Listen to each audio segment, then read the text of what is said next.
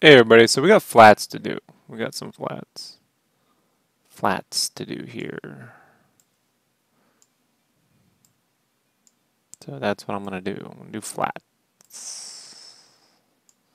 It's gonna be so much fun. It's gonna be so much fun watching me do flats. Can't wait to do this. I'm gonna put on a little bit of some big giant circles on my other headset so I can try to power through this as quickly as humanly possible.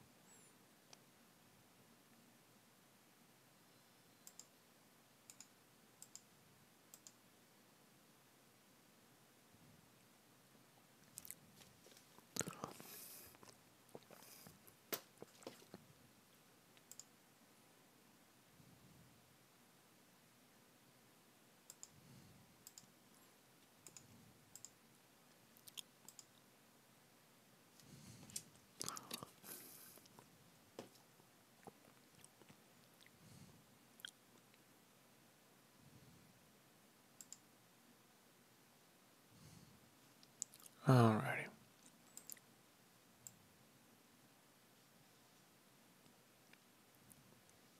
Well, I don't know how much I'm gonna be talking here.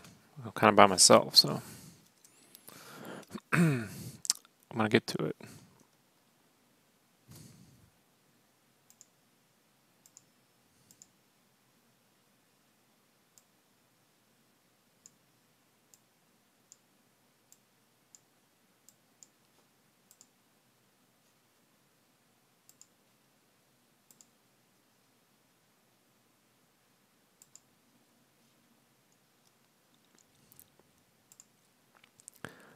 Dum-dum-dum.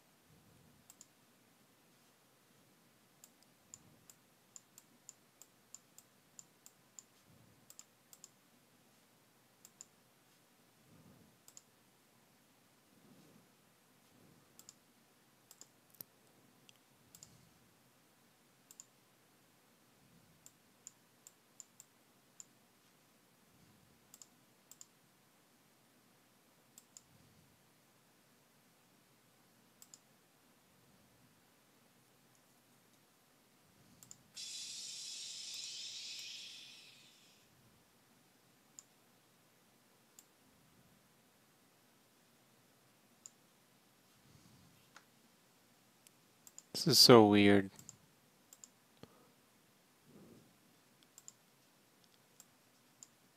Alright, I'm going to just. So weird. So nice to peek in. That's how I look at it. So this is freaking weird.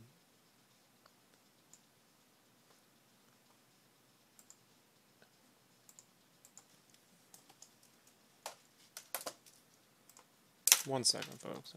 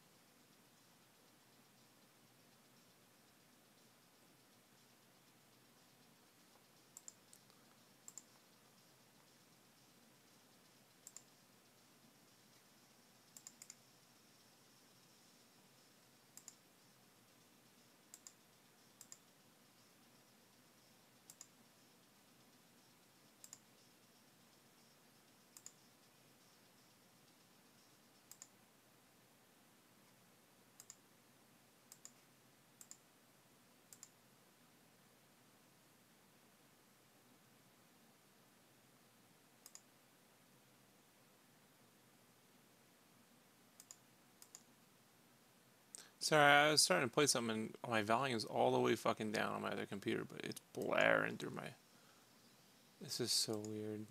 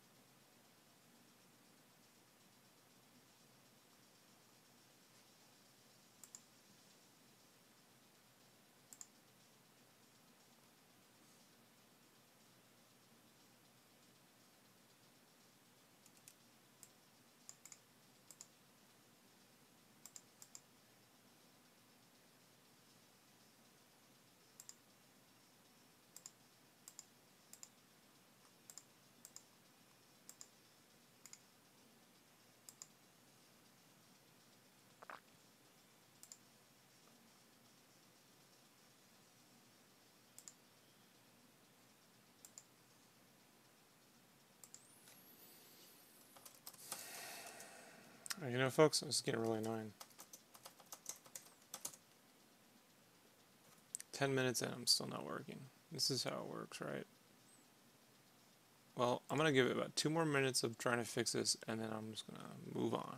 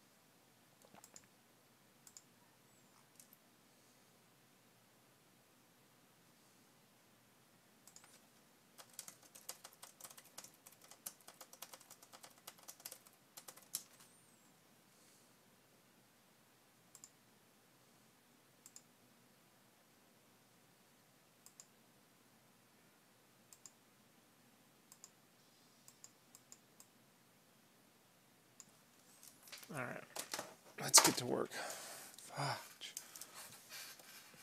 It's always something. Alright.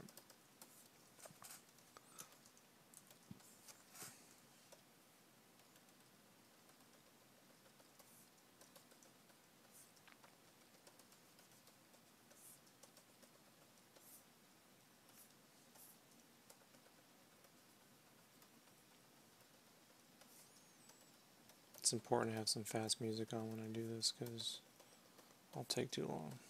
And this needs to get done as fast as possible.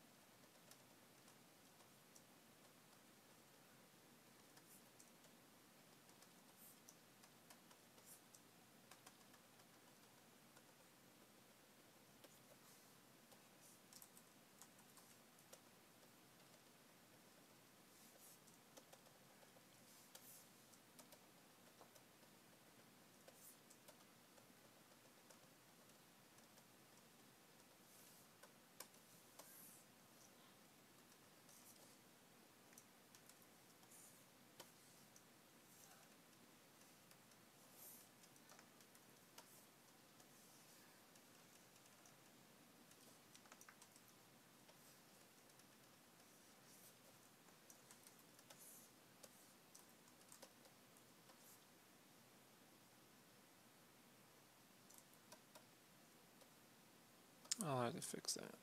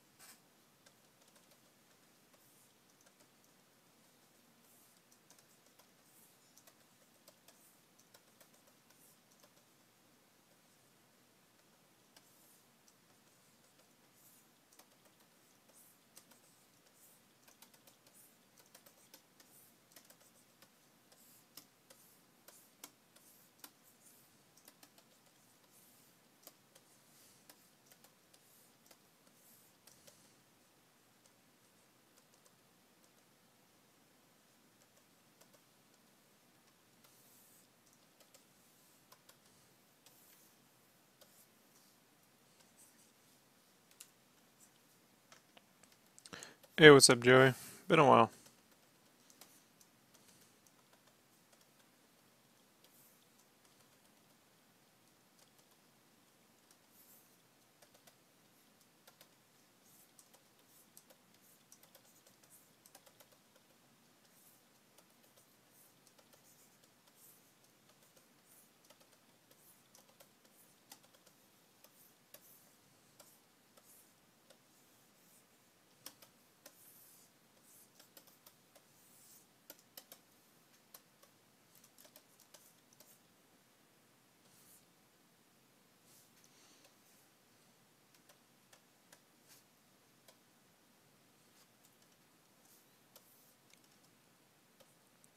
Nice.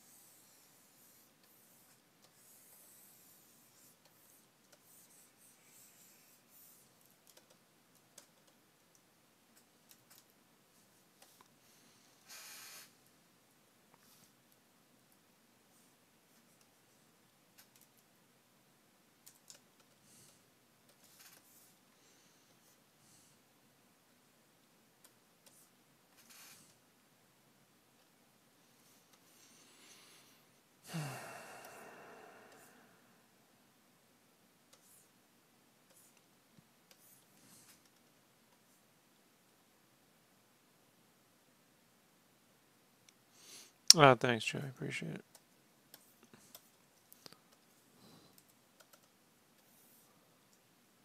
Very patient.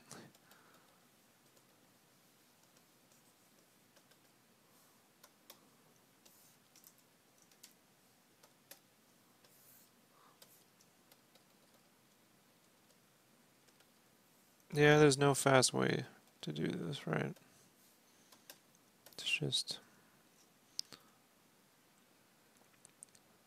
how long it takes.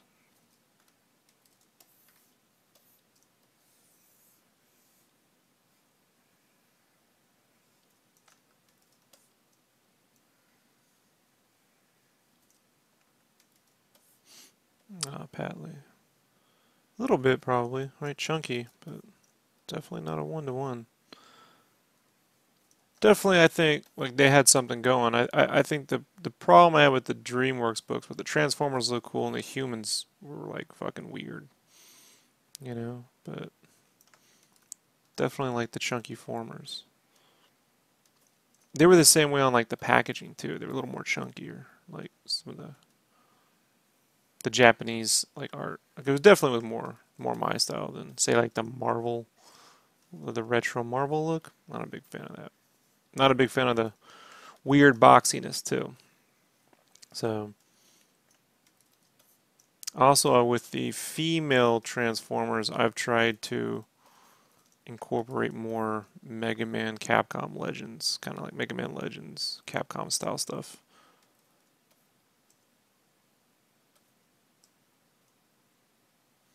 It's, yay! They do a lot of the Bowie legs, you know.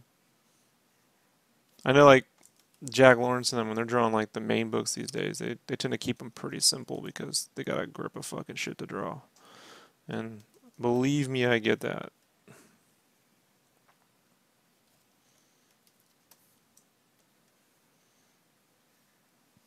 They tried, they were asking me to draw one of the books, and I was like, I can't do what I do on any kind of monthly schedule, man. You know.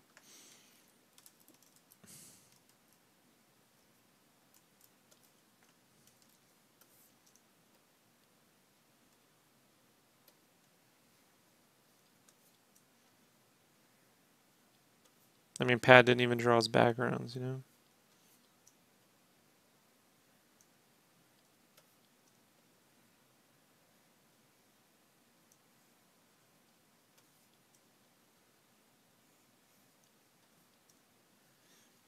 This will be an interesting experiment because I'm doing the Cybertron background as DigiPaint. So we'll see how that goes.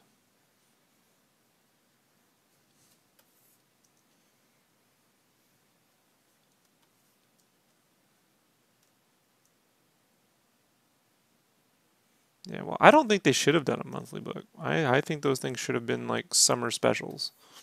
You get a summer team and a winter team, and they each get the year to draw it, you know? Like an animated movie on paper. I don't really want monthly Transformers books, man. I'd like a big, like, event, you know? So this way, it's kind of like the Star Wars books where they start inventing all these stories that you goddamn well know there just wasn't enough time in between each films for it to occur, you know? Like, I get there's money to be made, but there's also a believability factor.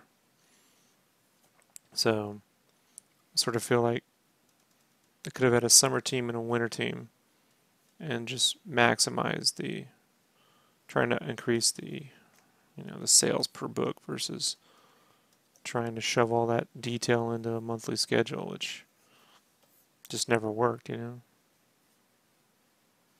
But who knows, man?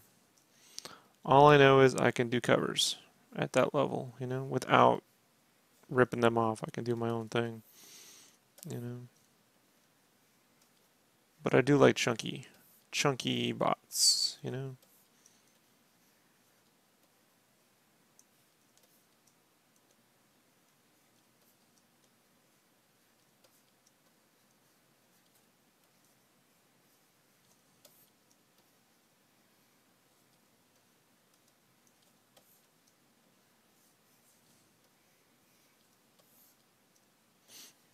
I mean, if I saw my art and I didn't know who I was, I would look at this and say it's somewhere between, Pat Lee, Mega Man Legends, and early Chris Bachalo. The Bachalo thing wasn't intentional. I guess that's weird. I never even read any of his stuff other than steampunk when I was a kid, and I had no fucking clue what was going on in that. I saw his Gen X stuff, but he drew completely different. It was just it was like earlier this year, a friend of mine was noticing. He's like, "Man, you draw like Bachalo." I'm like, "Huh?" So maybe it's the chunkiness, you know. I mean, I'll take it. It's not intentional, but sure, why not? You know, it's better than it looks like dog shit. So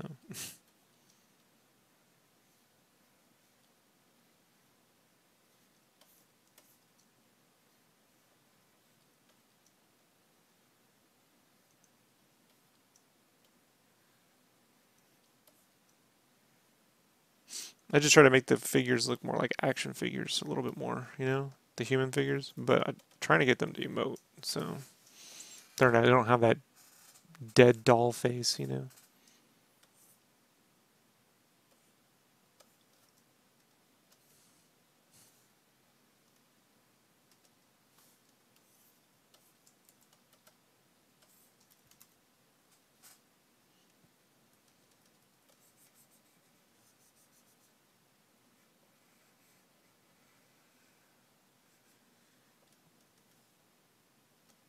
Yeah. Sometimes you want that stoic look, but, you know, the more I make them emote, the less on model they look, is basically it, you know. But the more of my style I put them into, the less on model they look too, so it kind of goes hand in hand. So long as the powers that be are kosher with it, then, you know, I'm fine with it.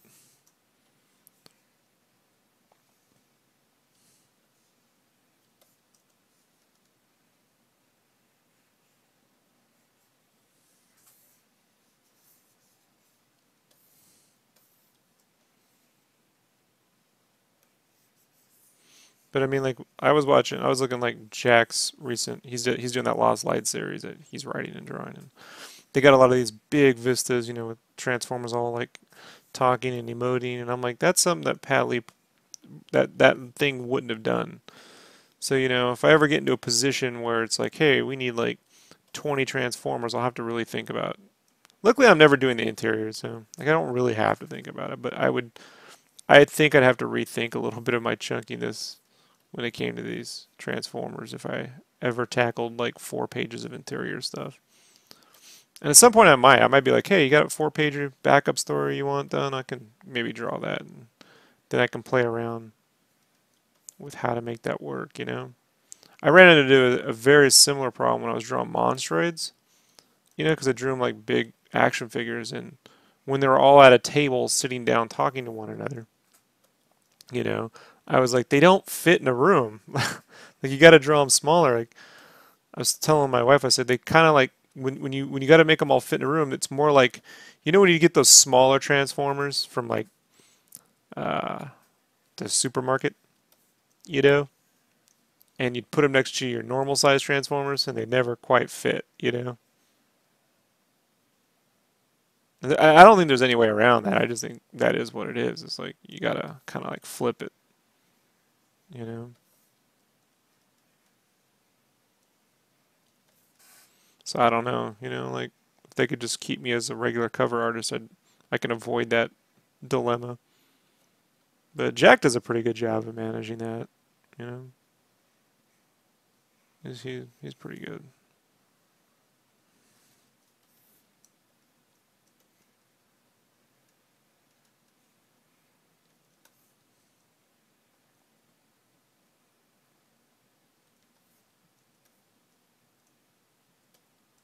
Yeah, yeah. On a still image, it makes it weird. I mean, they fudge the size and scale of the Transformers all the time in the cartoon, you know. It's just when it's a still image, you're like, you know.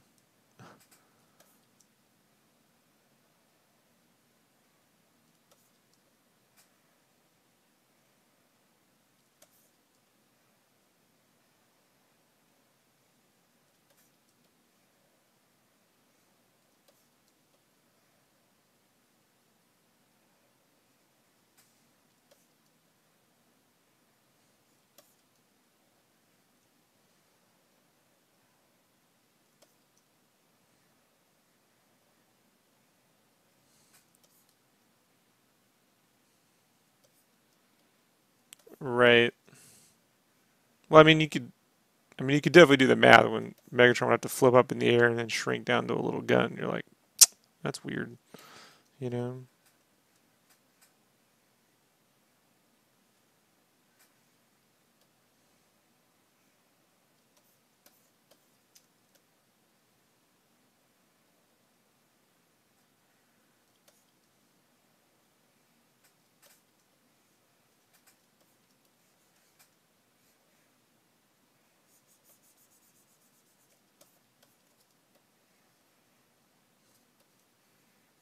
But I don't like the squared off boxy Transformers. I don't like it when Prime gets drawn like he has a miner's helmet, you know?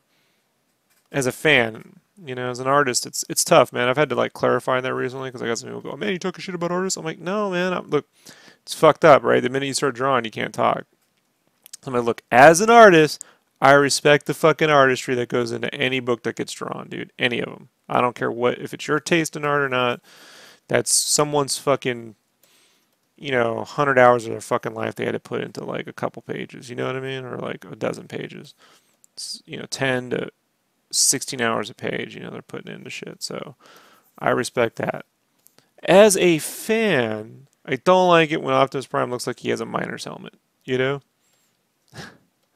Things like that. I don't like the squared off boxy Transformers. It's just, I felt that way since I was a little kid, you know?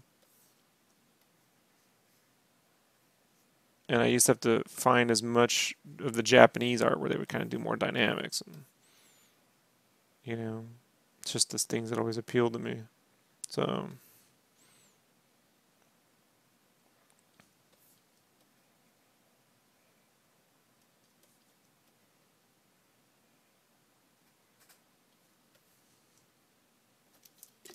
uh huh. So I never shit on an individual artist's fucking efforts, dude. I would never do that. Especially having worked in art departments, man. You can't just shit on someone's fucking efforts. You could say, look, for me, it missed the mark, or hey, sometimes it's weird. Like I don't know if that's something that's definitely not a direction I would go in. For myself. As a fan, I could say things like, hey, look, as a fan, man, it doesn't engage me. Sometimes it's all on all cylinders, man. Sometimes someone just fucking, as a professional and as a fan, you're like, that shit's fucking dope. I think for a person who's writing and drawing their own book, dude, I think what Jack's doing on Lost Light is pretty fucking awesome. And you gotta have respect for someone who's putting that much effort in and producing, a well-drawn book. I don't, I don't have that in me. To sit around drawing endless fucking Transformers all day. They're shooting. I don't. I guess maybe I don't love the lore that much. Like I like Transformers. In the toy form. I'll go outside and play with them, and then I'm gonna get back to my own life.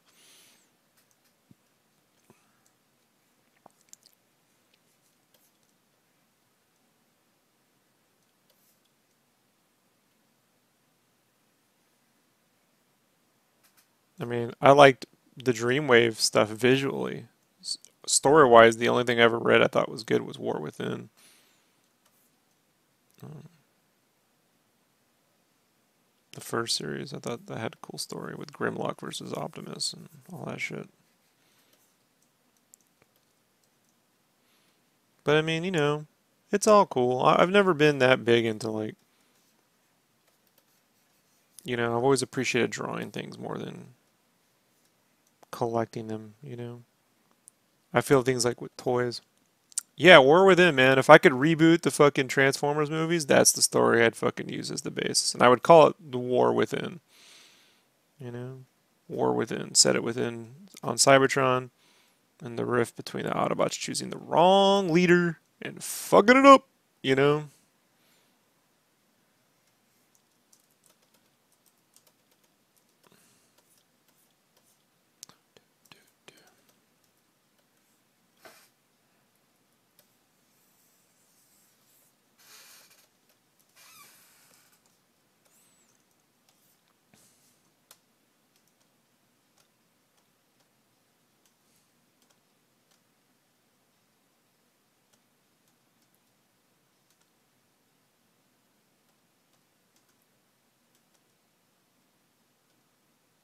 I don't remember those. But I stopped reading comics, American comics, regularly around 2004, 2005. Just because I couldn't afford it anymore with school and the travel I was making to my art job. Spent a lot of time in gas. Gas kind of got way expensive out there. I didn't get back into buying anything regular until 5 or 6 years later, in 2010.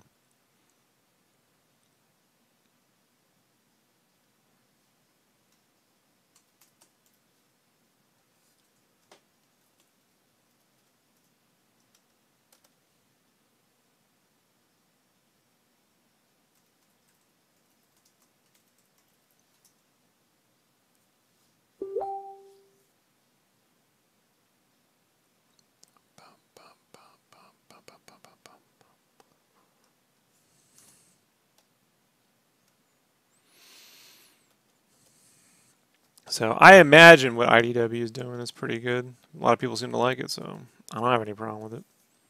You know, but these days I don't really read a lot of those kinds of. Like I read, you know, weird stuff, man, like Delicious in Dungeon, and you know, I'll check it out. You know, I saw that Elmer Fudd versus Batman. I thought that shit was hilarious.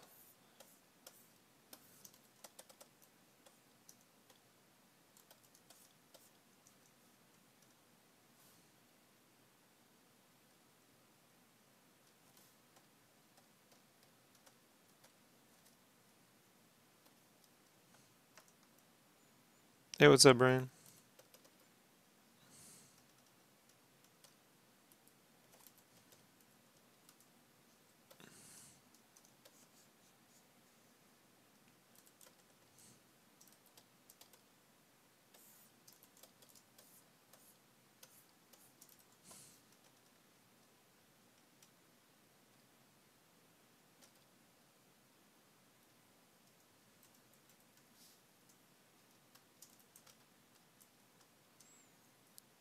I know.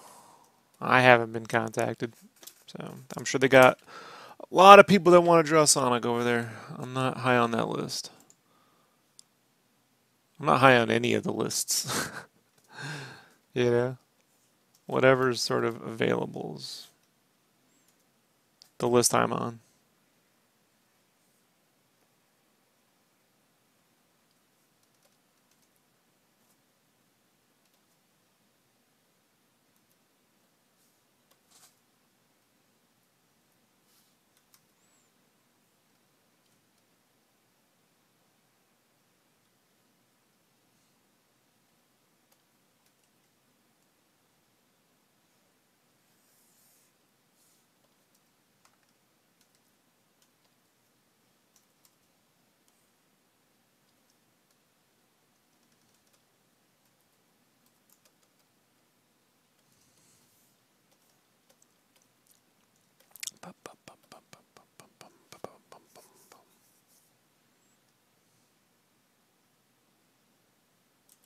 Yeah, my advice. I've worked with a bunch of artists, man. Realistic artists, non-realistic artists. Just send me specific questions and examples and what you're trying to do, and then I can do an art tips video.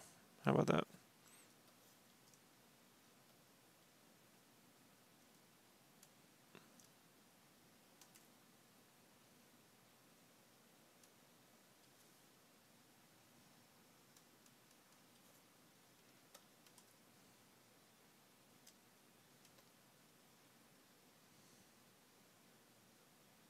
Am I comfortable sketching with an opaque ink brush?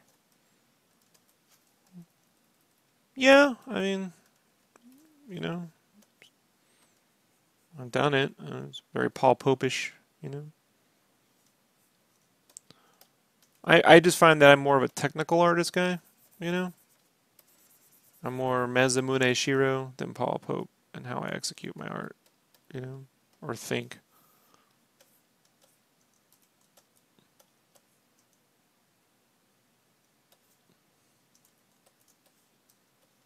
But I've had to do a lot of that opaque brushwork, like on t-shirt style stuff, like with tattoos.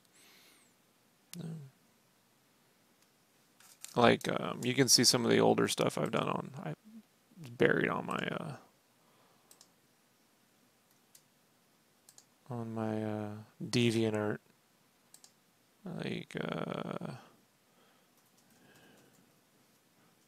shit, shirt, Rob, shirt. Like some of my older stuff, maybe. Um, like this is hard to see, but all these things were brushwork. I actually, man, where is some of that shit? Like this was all opaque brush.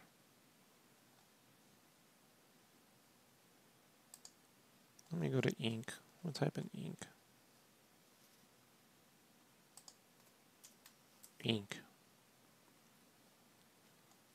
Oh, we gotta go way down, don't we? That's great. Let's just keep scrolling, Deviant.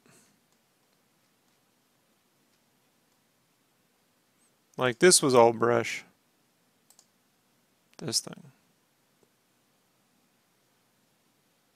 You know, I did a loose pencil. You know, I like an understructure, man. You know, half of this right here was brush, and the other half was little pens. So that was half and half. But I don't do much of this stuff anymore. I feel like a pro interest. You need an understructure, man. That's just the way it is. You know, most of this is brush too. So, but I don't really do stuff like that anymore.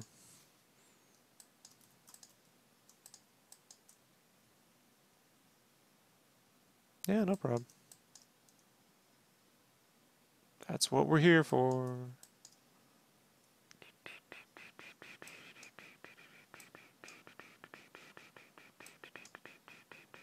Alrighty, so first things first. File, save.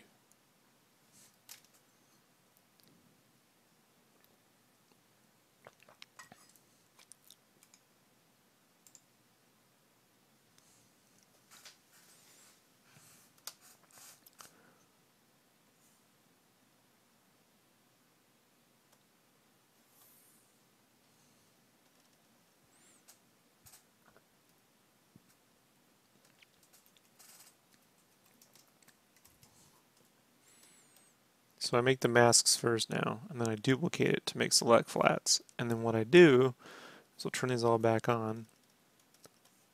I'll take this, select it, modify, contract by 2, select, inverse, and cut. No, it's not enough. Damn it. All I need to do is go around the edges. Edge. Just go around here.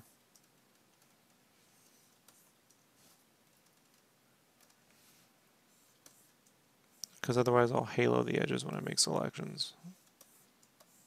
I need those masks for when I do atmospherics. So rather than go back and add masks once I'm done, it's easier to start with the full mask and then contract or erase around the edges for the select flats. Just so I can get rid of that haloed edge.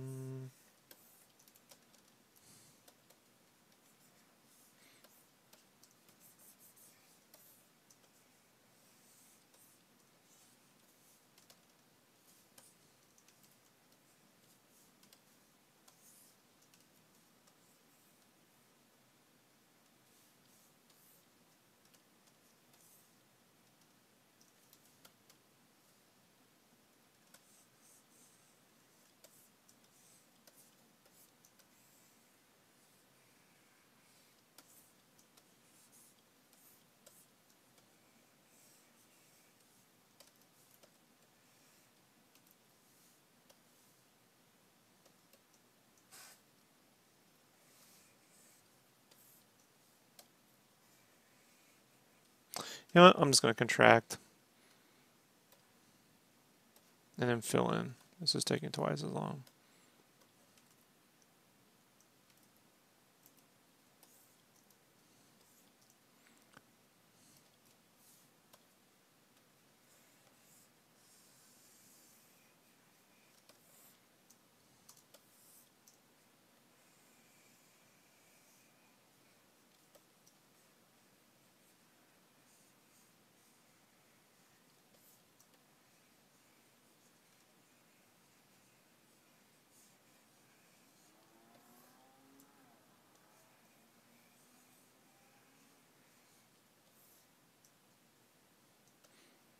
Sure. We all make them.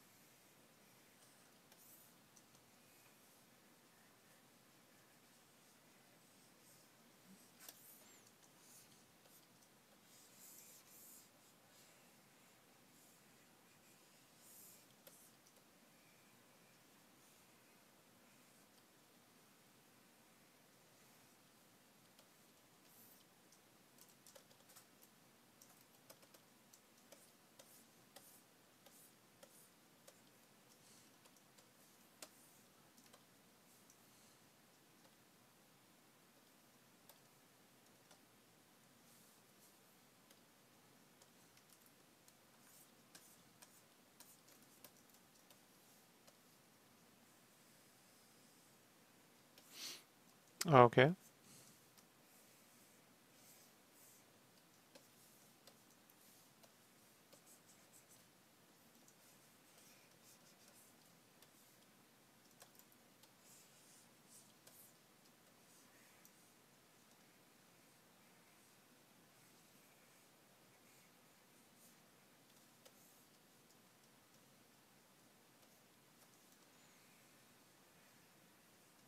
Uh-oh.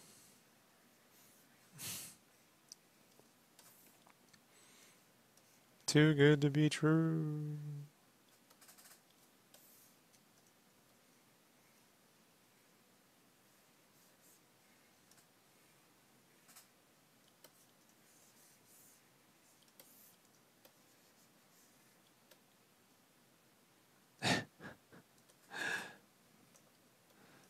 Too good to be true.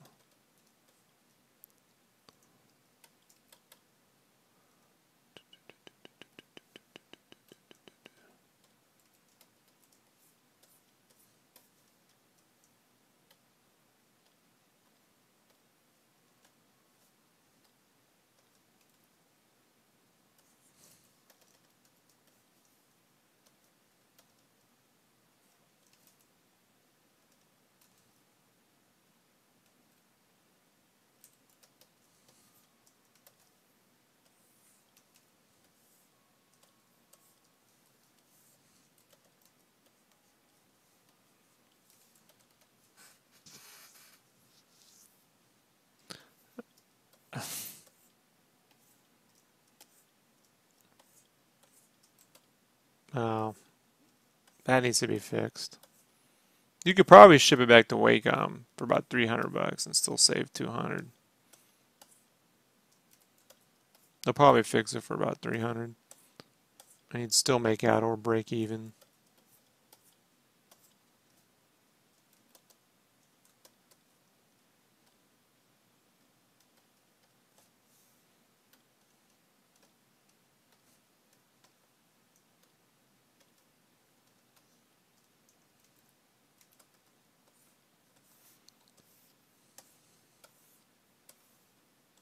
Yeah, but you need tilt.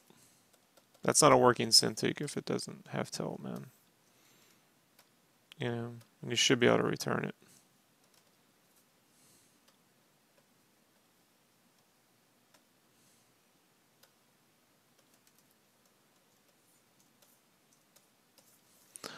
Those bits I don't need to worry about.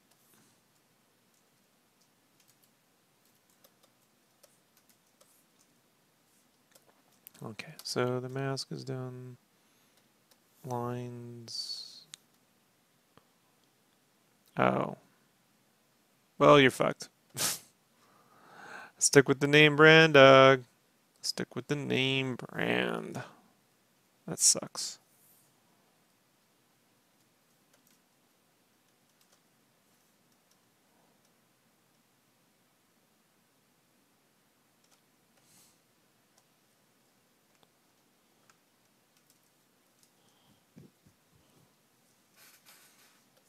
Yeah, stick with the name brand, guys.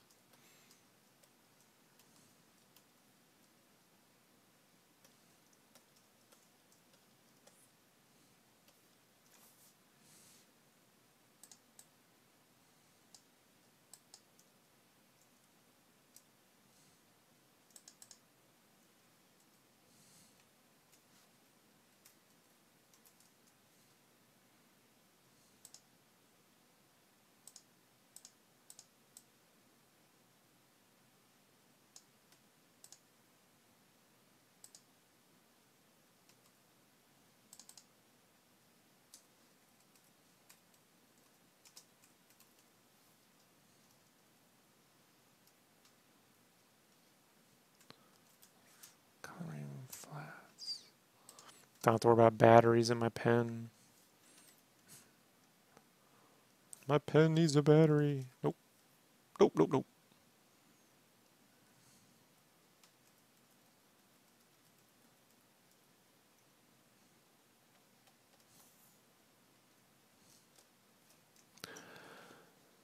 Alright. Close.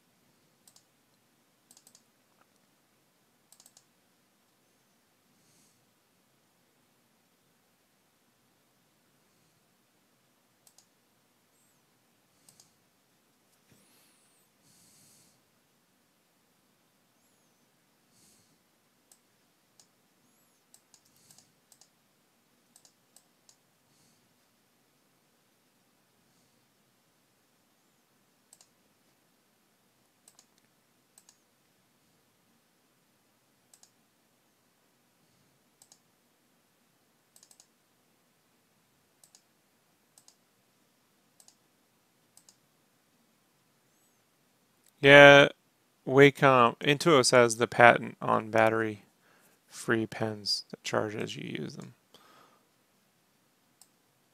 So you gotta like recharge them or put batteries in all the other pens.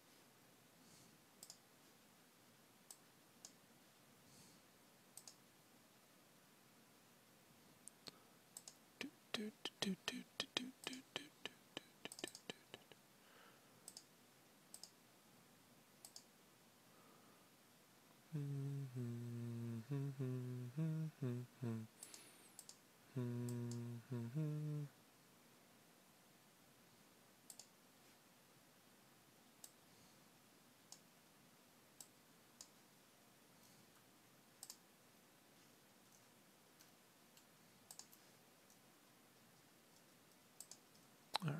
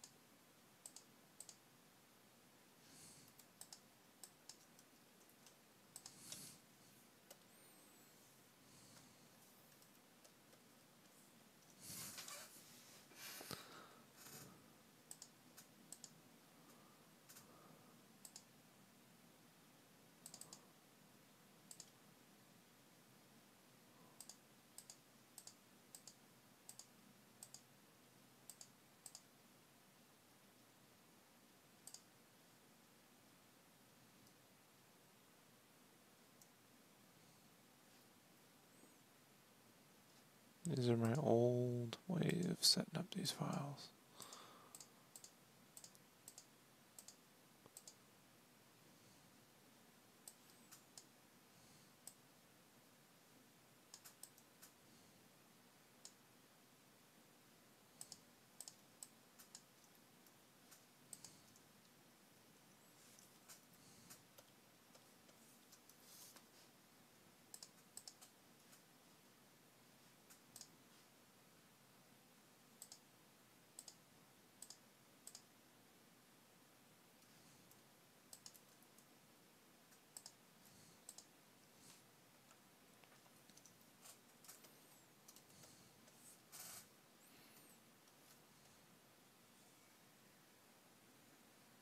Now the tedious part.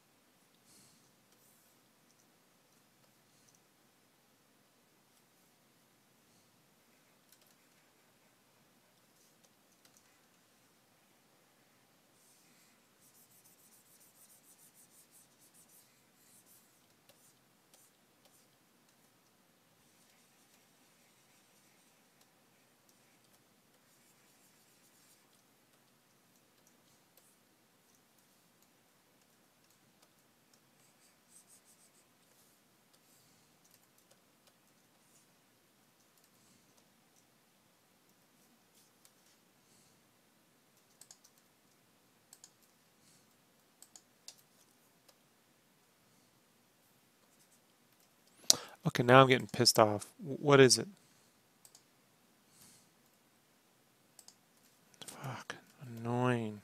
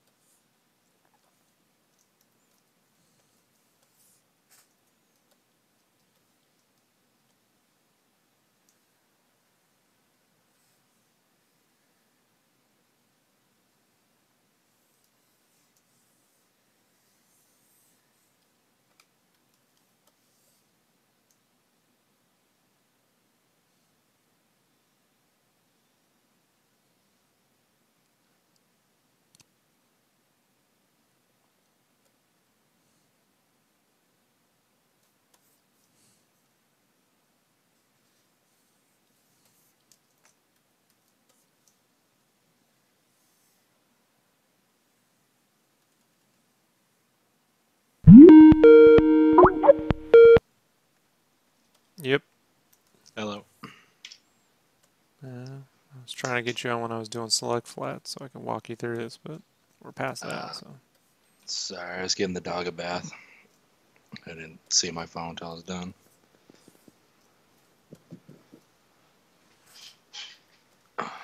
She was in need of a washing.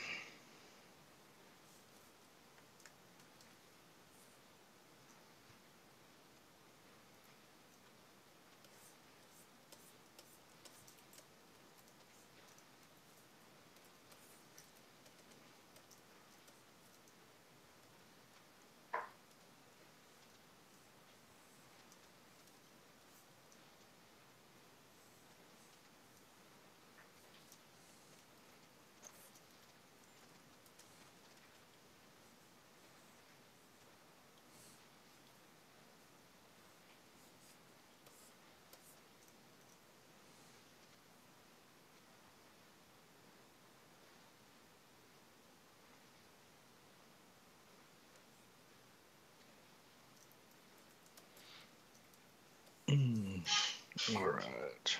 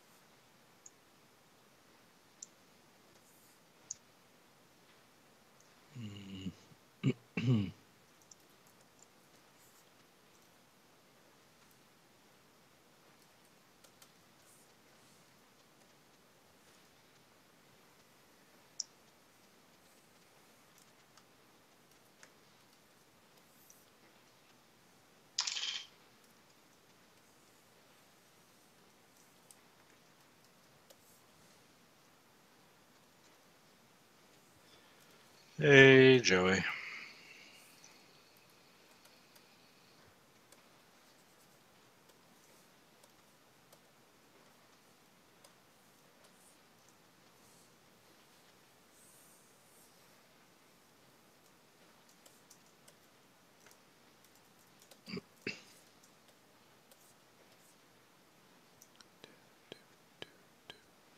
Are you gonna? I think I saw in your post on Instagram or one of the two. You're gonna digitally paint the background.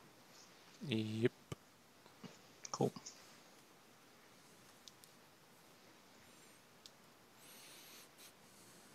Because you're going for a certain look, or you just want to save time, or both.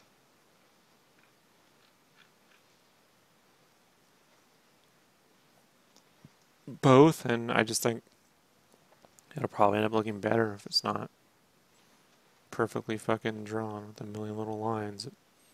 Right. You know, stuff just competes with the line art anyway. I've always felt that way.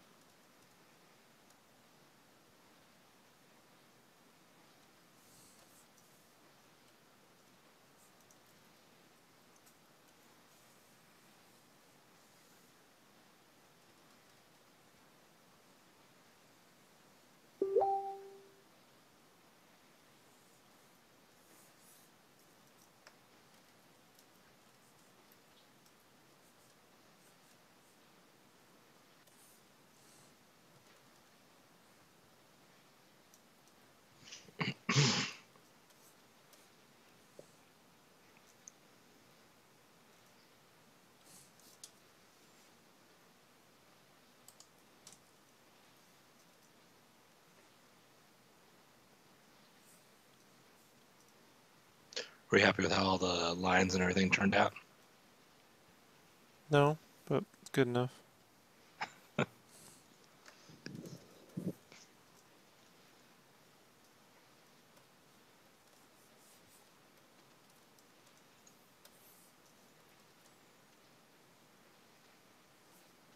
Some things are more rounded and squishy than I would like them to be. It's a product of just working digitally versus how I draw traditionally.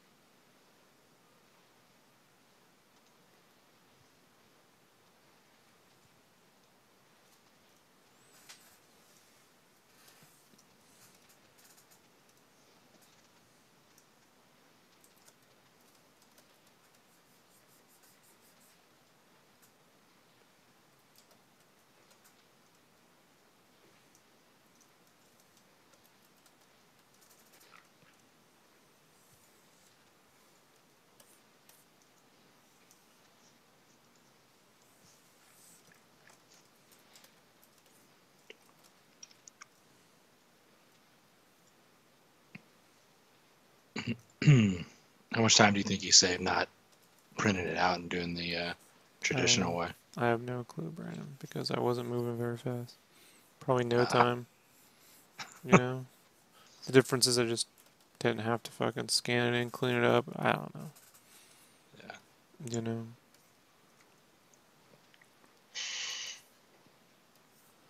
I can do just as much details without. It's not. It's not even a matter of that. It's just the lines are cleaner when it prints. It'll be interesting for me to put them next to one another and see if I can really go, well, is there any difference? Right. I mean, definitely when it comes to like drawing smaller faces and expressing, it makes it easier. But my way around that was always to just draw the faces at a certain form digitally and just print them out. So I didn't have to ink them super small. I'm like, there you go. You lose a little bit of the refinement when you scan it back in, but it's not noticeable when it prints.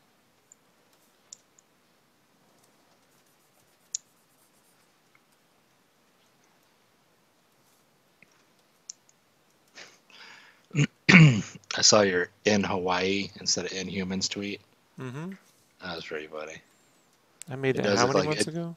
It does look like a travel like commercial when you look at the trailer now. Well, because all they ever did was talk about Hawaii. Like I made that back in like December, and like I just kind of like, if you dig in, you'll see I posted it way back when. It's just, you know, things come up as you see them more as they become relevant.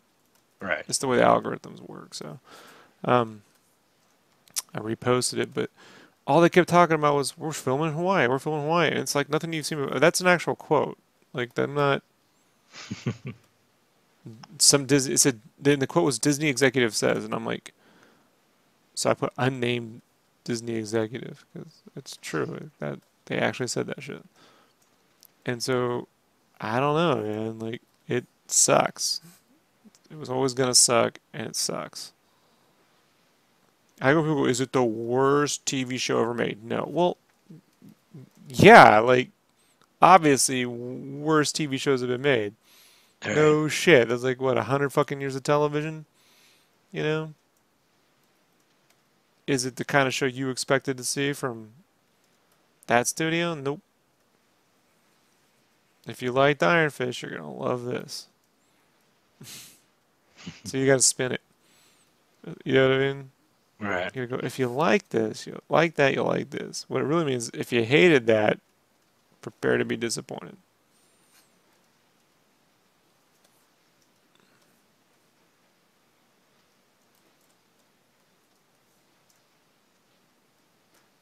Yeah, I'm not gonna like it. Nope.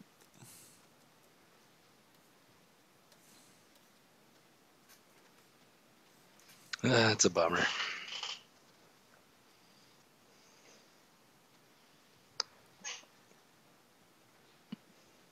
No, it's the same guy who made Iron Fist. That's how I was like, there you go. Yeah. You know, it's What's not his name? like Scott Bug. Scott Buck. That's why I put Scott Bucks in Hawaii. And every time I post it, I just hashtag Scott Buck strikes again. Every time, bro. Schnepp liked it. You know, got a Right. like from Schnepp. Scott Buck strikes again.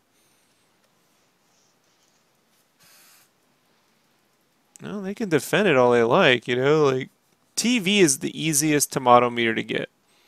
Even a semi bad show will get a 70-80% tomato meter. So when Iron Fist ends up with a 17% tomato meter, there's a reason for that. You know, like Yeah. that's not a coincidence. You know, that's not reviewers don't like Marvel shows. No, that ain't it. You know, it's not good. Fuck what it's called. Fuck that it's not true to Iron Fist. It's just not a good show. It's just not likable. I don't like it. I quit after 4 minutes and 50 seconds. You know?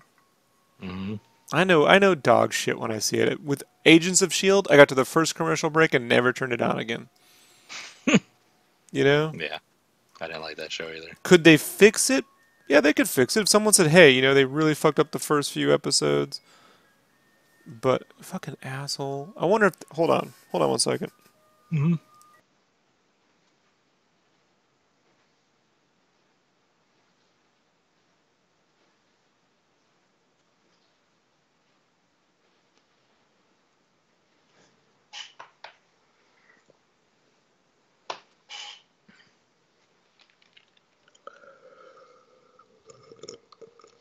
Creepy fucking ice cream man.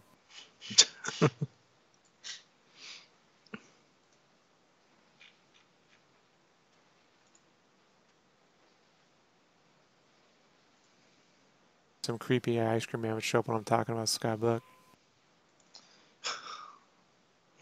Right on time.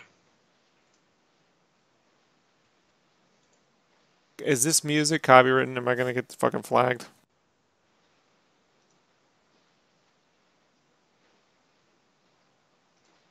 I can't hear anything.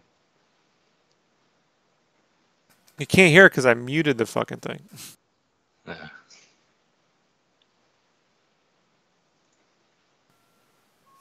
Can you hear it now? Nope.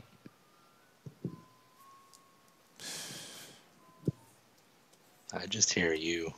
It's fucking Christmas music too. Shut the fuck. I shit you not. I believe you. It's just funny.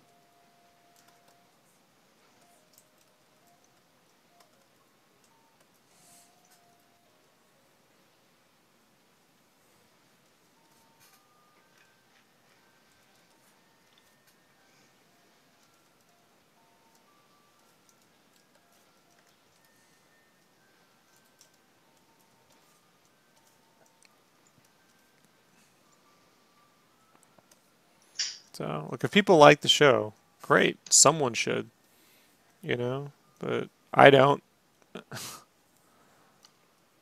and I'm not watching it. I have other things to do with my life. You know, I could go clip my toenails. You know, It's funny. I could shave a yak. I don't know. You know, there's other things to do.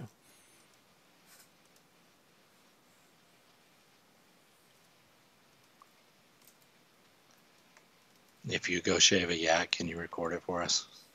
No. I deny you. I deny you that. Ah. It's between me and the yak.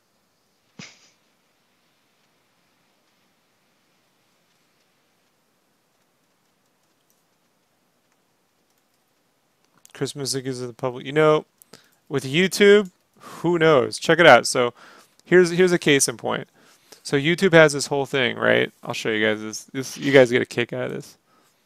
So let's go into YouTube. So if we go into the creator, the video manager, right? Here you got first strike cover one. Okay. Now I've already uploaded. This is this is a whole nother thing. So once these are uploaded, if they don't have music, YouTube gives you this thing where you can add music, right? And if you're like, oh, maybe I'll add music to my fucking video, right? Mm-hmm. Like, let's click this right here. It's like, here are ad-free and eligible for monetization. Different songs you can add, right? And Mm-hmm. so I was like, well, maybe, because these ones I uploaded for the first strike Realtime are completely silent, took all the sound out. Because I was having private conversations on the phone when I was working and shit. So I deleted the sound when I uploaded it. So I added royalty-free music from YouTube to part one, and look what it immediately did. Disabled monetization. You know what I'm saying? Their own Yeah. shit, dog. I can't even fucking take the music out right now. I can't even take it out. So what? Because it's still in progress. I'm gonna give it a fucking day or two when the progress is out and see if it resets. If it doesn't, I'm gonna delete this and re-upload it. You know? Yeah. So that's why I was looking at maybe some other music I can throw on this shit. But I haven't paid for that yet, so I can't play it. But you know? That's Mm-hmm. fucking YouTube. So I don't know, bro. You know what I'm saying? Like classic YouTube.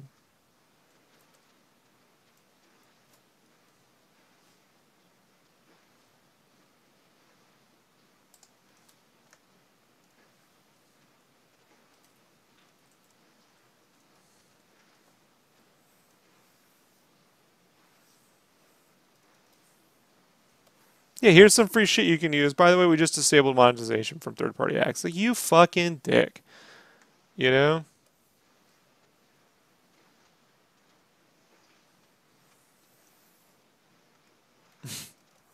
That's what I get. That's what I get for tinkering.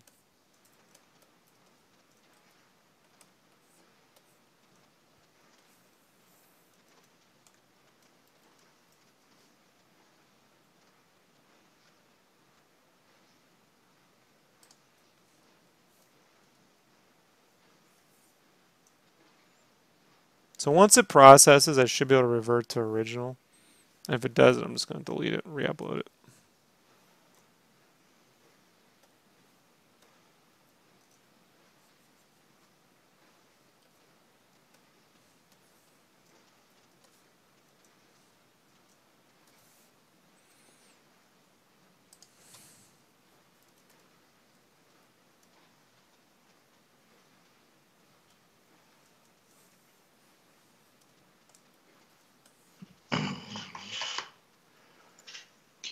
Yeah.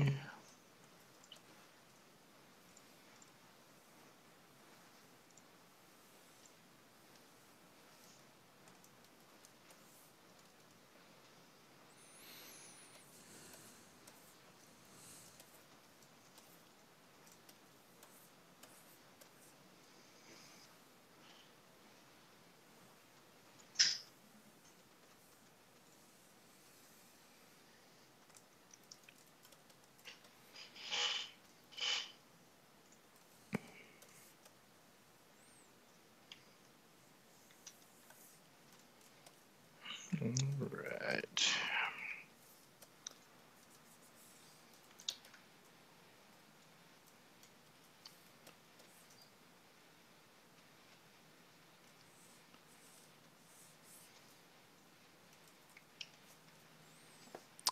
What did I make his shit fire? I gotta look at that.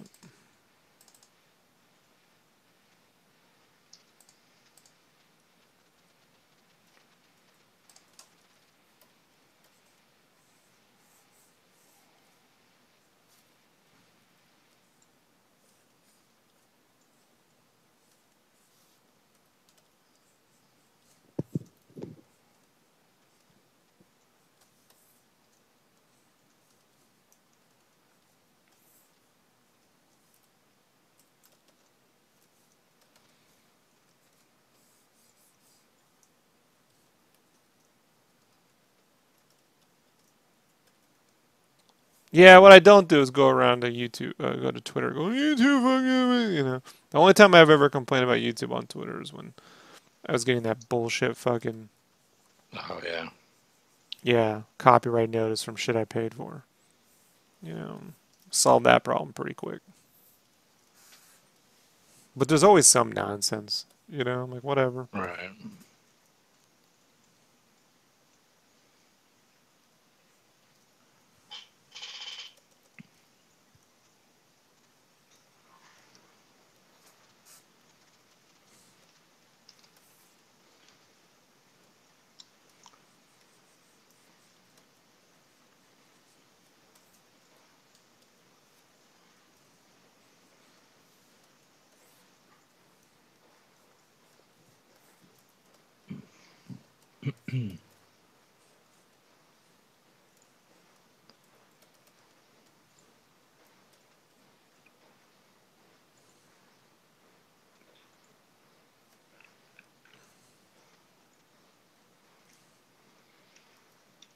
At least that got taken care of pretty quickly, and it wasn't like a long, drawn out thing.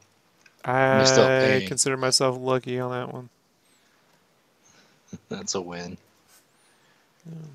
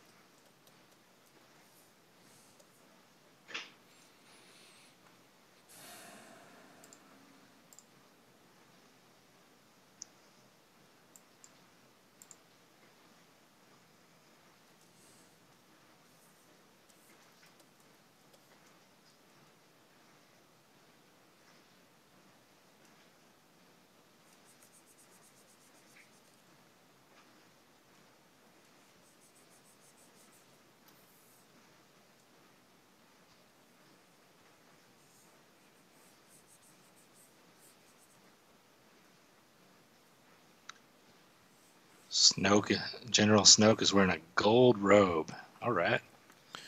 Dude, Classy. until I see a fucking movie clip, I don't give a flying fuck, dude. You know what I'm saying? Those fucking toys never should have been released before the fucking footage. It's Andy Serkis playing a fucking guy who's gonna fight Luke Skywalker. It should be pretty fucking awesome. But those goddamn fucking toys, you know, they're shitty fucking toys to Yeah. begin with. You know what I mean? With shitty fucking paint jobs. And because there's not one fucking trailer that shows this shit off, we're all just looking at it like, I don't know, man, I don't know what to think. You Yeah. know what I mean? Like, it's just fucking Lamest fucking, the weirdest fucking marketing campaign for a Star Wars film I've ever seen. I can't stress this enough. Yeah. You know, I just can't stress it enough, man. I like his Funko Pop. He looks all sad. The last time I saw a stupid marketing campaign for a great movie like this, almost a 1-to-1 ratio, was The Dark Knight. When all those fucking photos of Heath Ledger with like a skateboard were coming out, and yeah, and then the him with the Empire magazine photos, and I'm like, well, can we just get some footage of this motherfucker? yeah, The first footage, remember that first picture of him in that Freddie Mercury pose? Doesn't look a fucking thing like him in the movie, by the way, you know? I'm like, where is this coming from? So I refrain 1 fucking ounce of judgment until on the design of it. It's the goddamn marketing campaign that I'm gonna fucking rip a new hole, you know? all right. Everyone at Lucasfilm who's in charge of the release of this info and this marketing campaign needs to be removed. Fucking ridiculous. You should not be getting all the toys showing you shit you've just never seen before.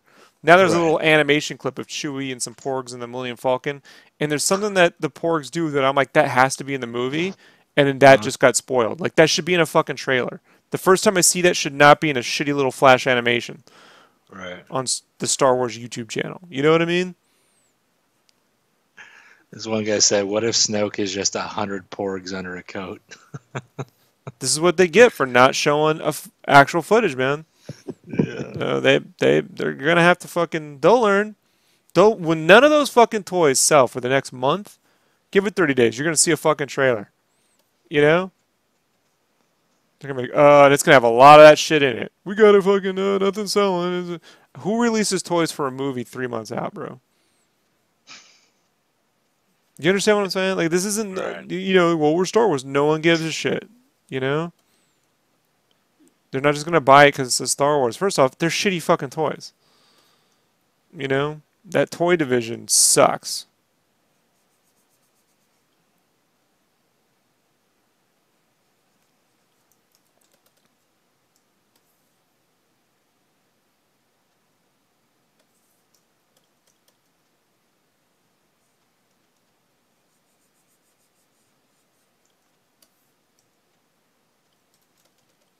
I don't know if I like that now. I don't like it.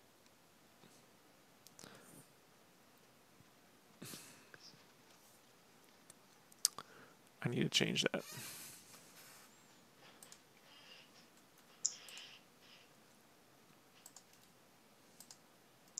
It needs to match her, which is going to be more like that.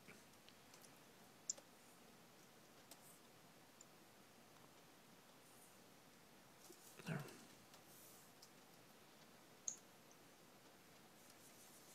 I got friends, man. They're definitely not getting their Christmas bonuses this Christmas. Thanks to this shitty fucking... Hopefully they still got their jobs. I'm not trying to be too pessimistic, but... People are worried, Brandon. It's not just me, you know, my little fucking 2 cents, you know? I've worked with a lot of marketing campaigns. This is one of the worst. One of the worst. And it comes from... We're Star Wars... Maybe it's a good place. We don't want to spoil, except you're kind of spoiling shit. You know what I mean? Like, you can't. You can't put toys out 3 months early and not spoil. You know what I mean? It's just a bunch of shit I don't have any context for. I don't. You know what I mean? Like, so you got a geometrical looking Thor bad guy looking Praetorian Guard. You know what I mean? Doesn't fucking mean anything to people. They can't see Rey actually fighting them in a movie trailer. Yeah. You know, well, we can release Porgs, and that's why Kyle's like, you think they're going to be the next Ewoks? I'm like, if they take down the First Order, sure. I don't think they're that fucking important. You know? I think it's to give some Chewie something to do on the fucking ship because Han Solo's dead, you know? But what if they got, like, literally 2 minutes of fucking screen time? But the marketing campaign's like, I know what we can sell. And it's like, you're shoving this in front of people's faces versus allowing them to be fucking like, oh, that looks cool. That's never good, man. You can't tell people what they're going to like next. Yeah.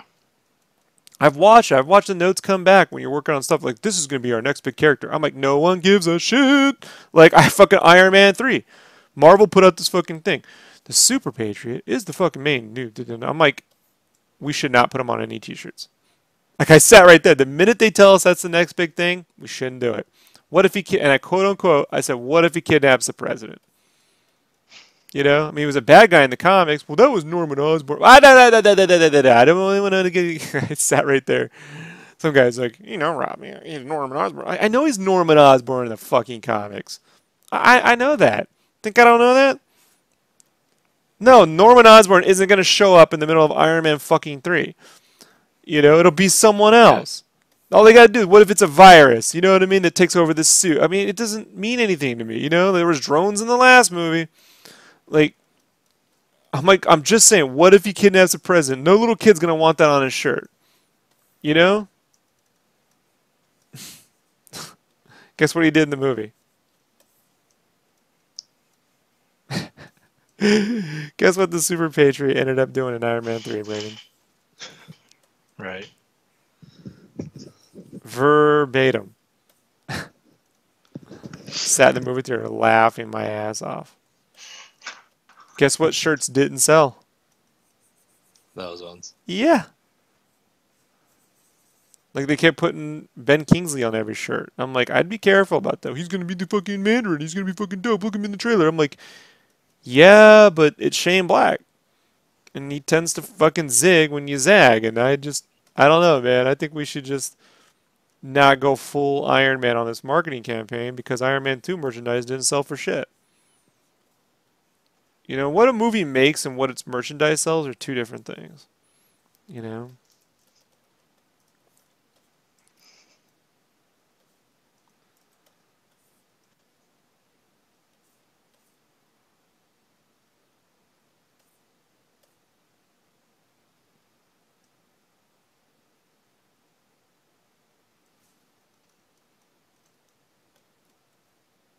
Great. Some kid has to. I'm talking about at mass market, you have to sell things in tens of thousands of units, not thousands of units, tens of thousands of units.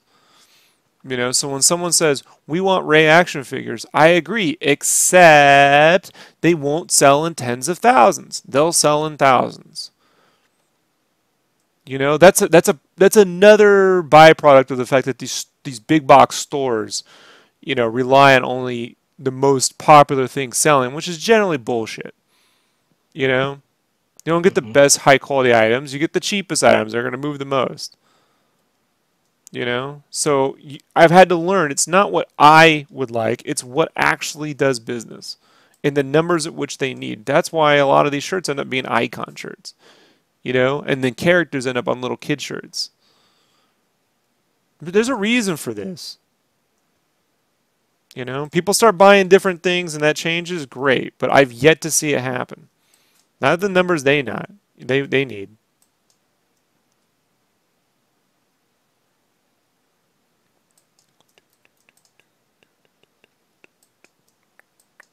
Then you got to deal with moms complaining that the guy who kidnapped the fucking president's on his shirt, Right. Hey, he's putting villains on shirts. You're making our kids worship the evil people.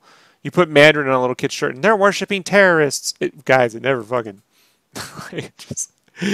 Yes, that was our secret plan. When I was a kid, I liked the weird shit too, man. Artists do. I didn't care about Optimus Prime and Soundwave. I liked the Constructicons because they were green. You know what I mean? Thought it was cool. I like the green and purple scheme and shit. I like some of the lesser characters instead of Soundwave, it was it Sound Star? Was it? What's the purple gun motherfucker? See, I always get his name mixed up. It sounds like Soundwave, but that isn't it. What's the purple guy who runs the fucking bridge on Cybertron? You're asking the wrong guy. That guy, I liked him. Bridgicon. No, it's kind of like Soundwave. Starwave, maybe. It was very similar.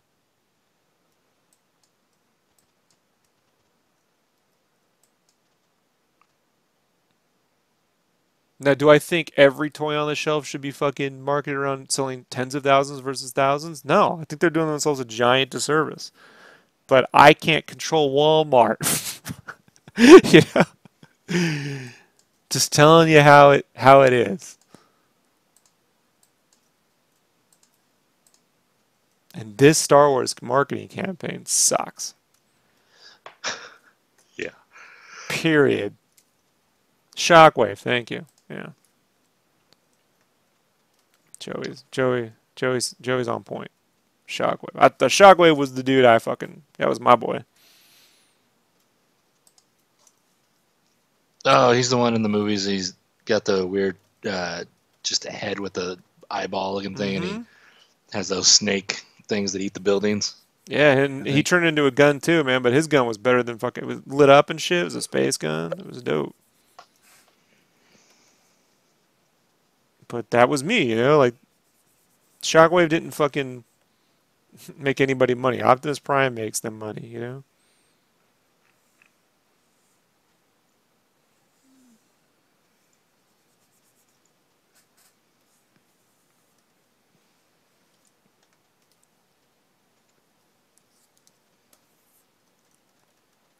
And then these fucking buyers go batshit crazy. That's why you end up with like, why is there 17 fucking Captain America icon shirts at fucking Walmart? You know, like, Right. well, because they went stupid crazy, you know. And thought people were, how many are you gonna own? You know, All of them. we need the new one.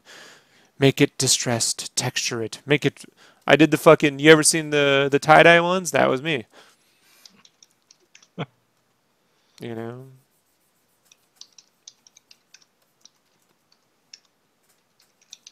And then one tie dye sells, and then you need fucking 1,700 fucking tie dye shirts. Like no one's gonna. Maybe people aren't gonna buy multiple tie dye shirts. People buy one.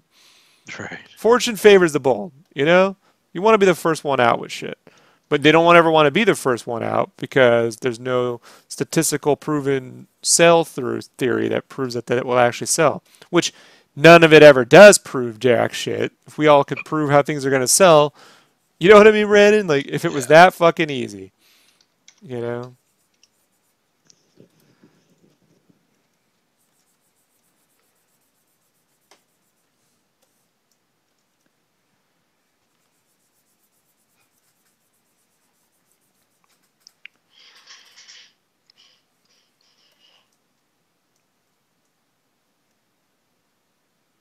That's why I warn artists about treating their portfolios like fucking trend reports, you know?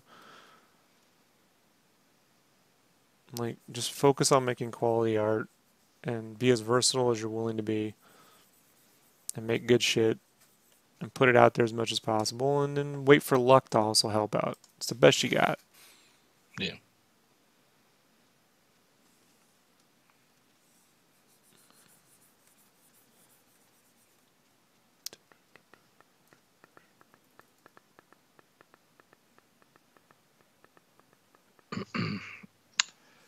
I'll be right back in just 2 seconds.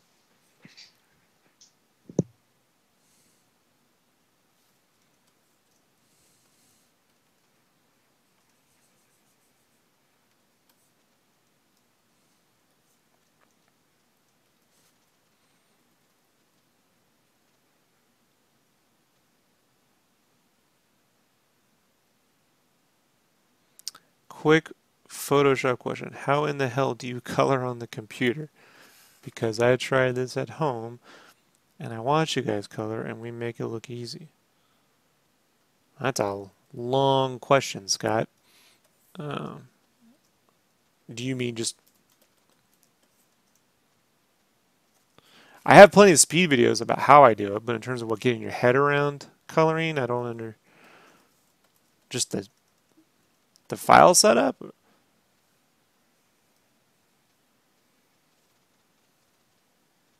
Can you narrow it down a little bit? Like, where are you losing track? Just the idea of coloring in general? Can you color with markers? Do you need a computer? Is it the computer that's the problem, or do you have trouble with just basic color theory, wanting to know where color should go where? Like, what level you at?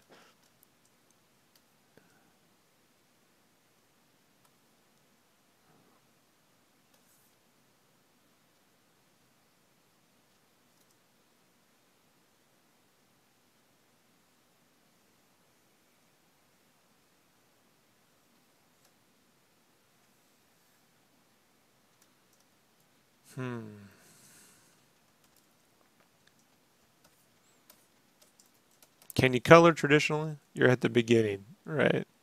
All right. Well, I'll give you some minor tips here, and then I'm trying to work on some 30-minute things where I can kind of break something down and kind of go through it. But what I would first do is you got to understand color is about, there's two parts to this. There's value and hue, you know? Value is lighting sources in grayscale, like where the light's hitting things. Hue is the actual color, which is the temperature. You know, like something's cool or warm. It has nothing to do with value. So first you got to understand how to light objects and light them three-dimensionally. And then you got to understand hue and harmony and the way colors interact with one another. Warm colors versus cool colors versus complementary versus split complementary. The value part, I kind of learned backwards. I learned the hue part first and then taught myself value backwards. I should have learned value first and then hue. I learned hue from doing t-shirts because of limited color palettes. You know, like what you see here, like this kind of basic flats works pretty good on a t-shirt, you know. Then mixing all that together gets, you know, more complex, and how you do it in Photoshop versus how you do it with traditional colors. I always recommend learning with traditional colors first because you'll have limited options, and then doing some digital work and then coming back and then doing digital work and then doing traditional and then doing digital has helped me sort of balance the two out. You know, but if you understand like these basic characters are going to be colored like this, and then we darken it and add a lighting source, and you got a underlight, overlight, a backlight, things like this, like lighting. I do have some fundamentals of lighting and stuff like that, basic character figure lighting, and the art tips. But I should probably, you know, in terms of like discussing where to start with drawing, maybe the coloring thing might be a little, could start working on a series. You should definitely keep a tab on the in the playlists, the art tips playlist. There's 72 videos in there now. There's global versus local lighting if you wanted to check that one out. There's coloring, lighting Q&A questions, beginner lighting tips, lighting and coloring. Should check those out. Color to roughy to color roughy. Well, that's 7 hour long stream. I don't know if you want to do that. Where else would be a good one here? Coloring flats explained if you're interested in what the flats are. Here's some more lighting Q&A stuff. So I'd kind of brush up on some of those conversations. And I'll definitely work on trying to get a more definitive series kind of set up, you know. These older ones are a little all over the place.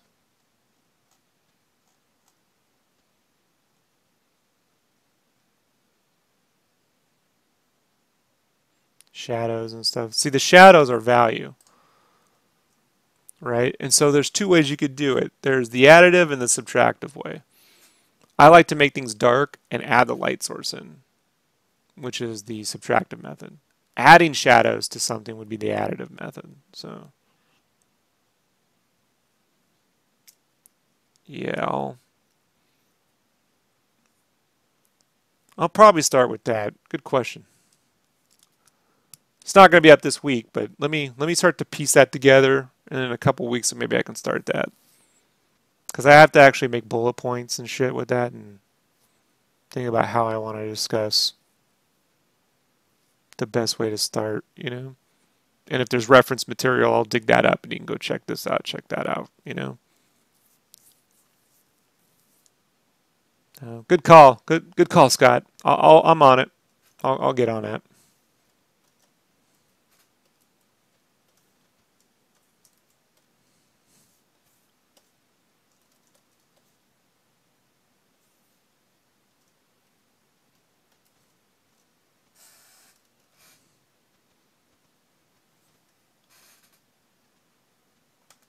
Yeah, no problem.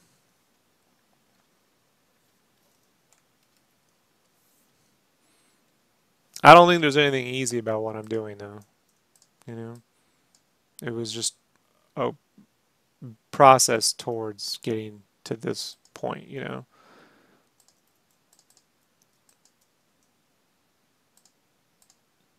I mean, like here's the last cover I did.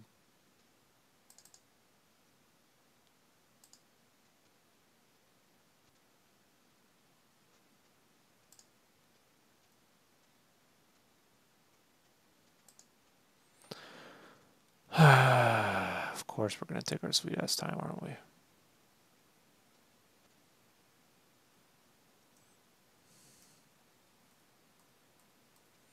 You know, and that's print. This is print ready right here. So, and getting like this sort of thing worked out, you know, that's not an entry level conversation. You know, this has to do with balanced lights. You know, and local versus global lighting. You know, thanks.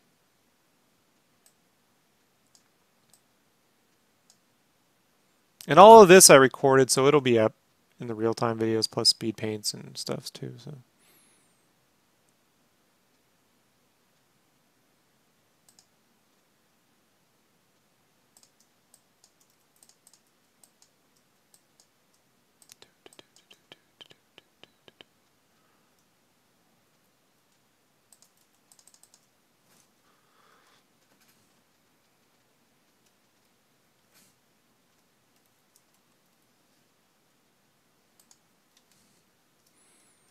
So I got 1 foot in the drawing game, 1 foot in the coloring game, you know.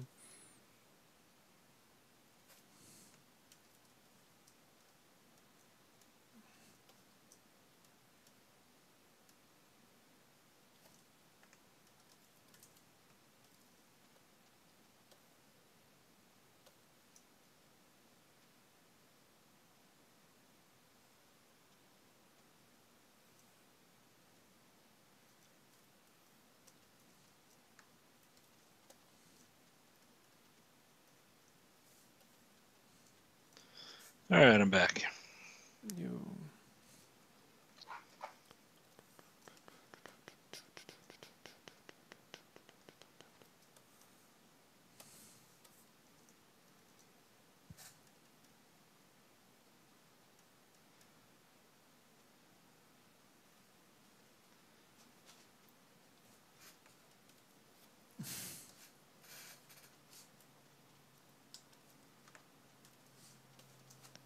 What's up?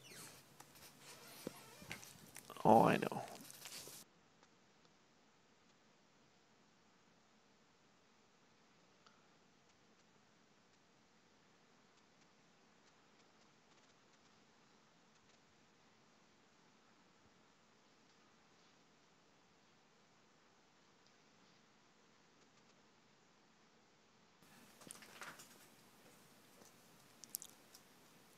But if you make like how to start gradually get, I will. Yeah, that's the problem is, right? I'm gonna work on this. The problem is there's no way to get you to the point I'm at within even a year, you know? And Right. so it's like I have to explain with each and every one what a realistic timeline is. And that's even like that's not figuring out your specific level of talent, you know, like just, you know, here's how long it took me. If I had had clear instruction, could it have been faster? Yeah. So it's like I gotta like explain that stuff too, you know. But as far as a surplus of videos, there's Well, yeah, but I'm gonna tons work and on tons something and else. tons. I already went Yeah, through it, Brandon. You weren't here for that. yeah, We thanks, yeah. Brandon. Thanks. No problem. No problem. Thanks for explaining the obvious. Yes, yes, yes. That's what I'm good for.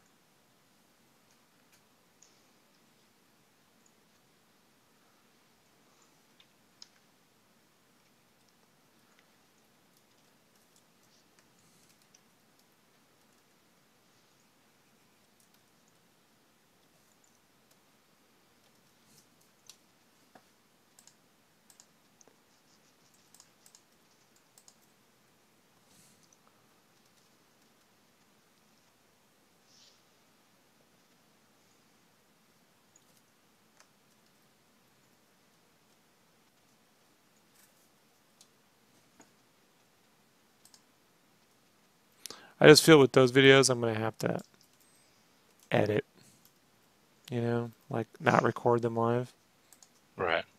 and make full videos out of them. So it's been on my list of like I should probably start doing that slowly, maybe like one time, like here's the basic way through coloring or drawing, including, reference where you should go, how long this will take, Forever.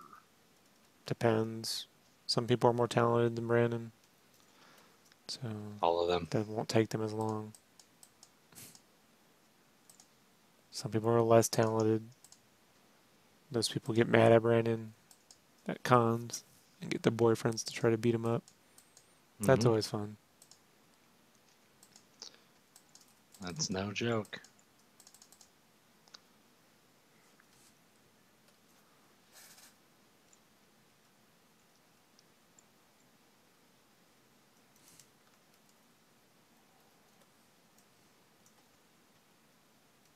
How did I learn to color and draw? Self-taught. I went to an arts college and learned how to do video editing and shitty 3D modeling, even though I was in a 2D art program. So I learned how to do all this because it's what I wanted to learn how to do.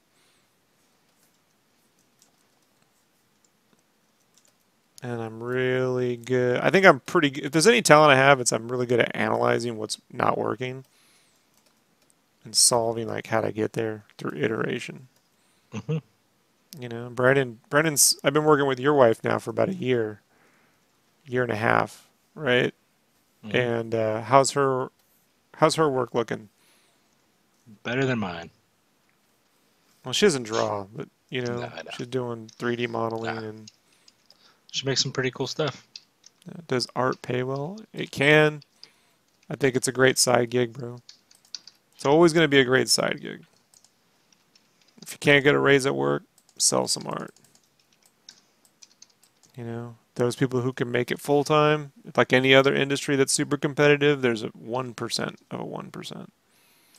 It doesn't pay as good as fucking real estate, or why would it? It's entertainment. Right.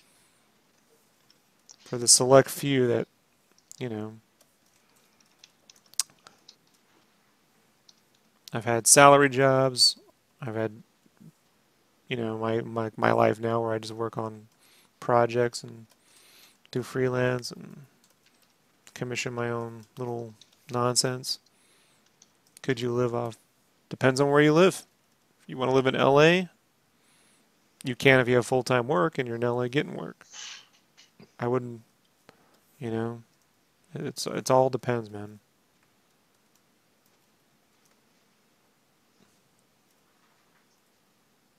But in terms of people hiring you full-time to just draw, there's not a lot of those places around. That's the fact. And they're becoming, Right.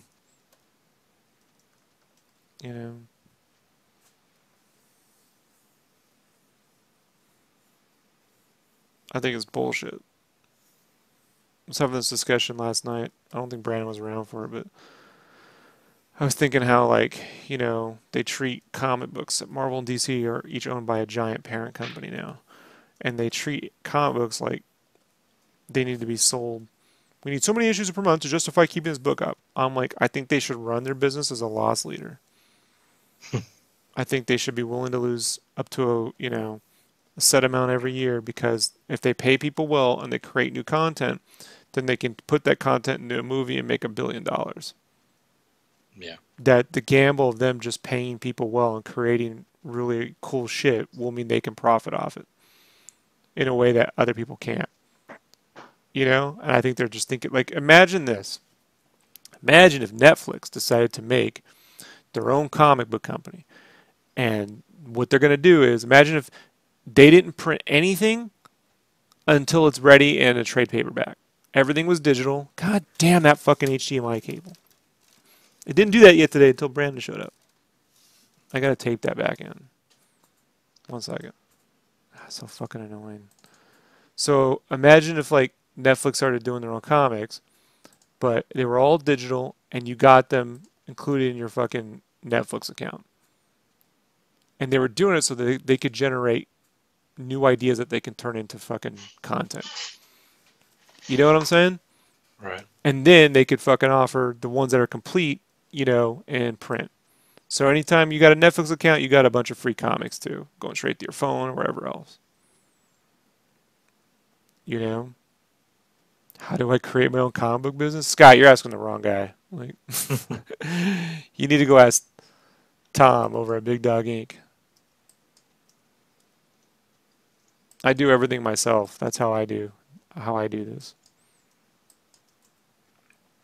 Spend other people's money?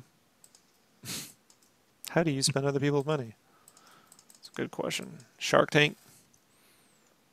But they're at a financial position to be able to do that. And so this way they went up to license, they can create all new things. And then you'd be Yeah. getting people reading things because it's free. And the only thing you're going to generate are trades if you print. No floppy issues.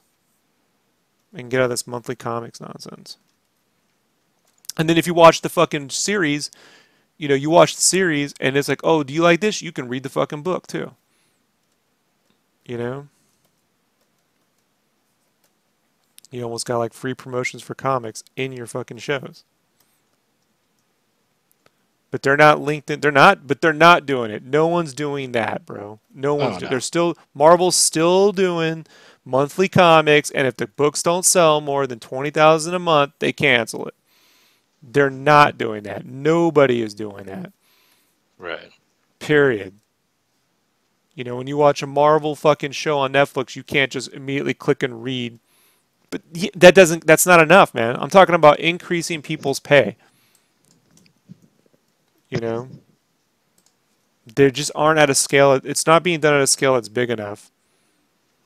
And it's being treated like if the print doesn't sell, like what they do, if the print doesn't sell, we can't keep the book up. But people aren't reading more books. How do we keep it? It's you got to stop. They got to start thinking like differently, financially, and they won't. No. Because believe me, the movies don't translate to comic book sales. I'm just telling you right now, man. When you're in the movie theater, you can't instantly click on the fucking thing and read the. It just doesn't work.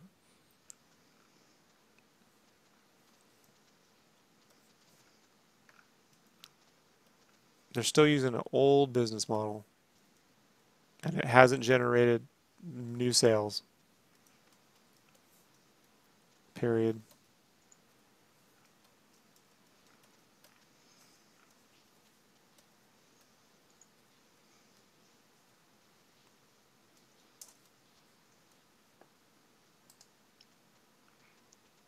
So now they're just paying people, you know. Now they're just paying people, they got to move all the books out to third world countries until the third world countries have second world economies, and then they can. What happens when the Philippines and India, all those places? What happens when they're making enough money, and then what? Those comics still can't be made on the cheap, Then we'll get the robots to draw them, right? It's just a shitty fucking way. They aren't breeding talent. Imagine so ridiculous. You know what? And then I told Kyle last night, you know what? I don't care. I don't care, Kyle. See, Kyle, I just don't care. I have the time. Hey guys, I'm the one that pitched a fucking Black Spider-Man book almost 2 years before it came out to cats at Marvel and was told it'll never fly. So, yeah. Not talking about superhero comics, man. But it's whatever it is. It is. They are what I said they are.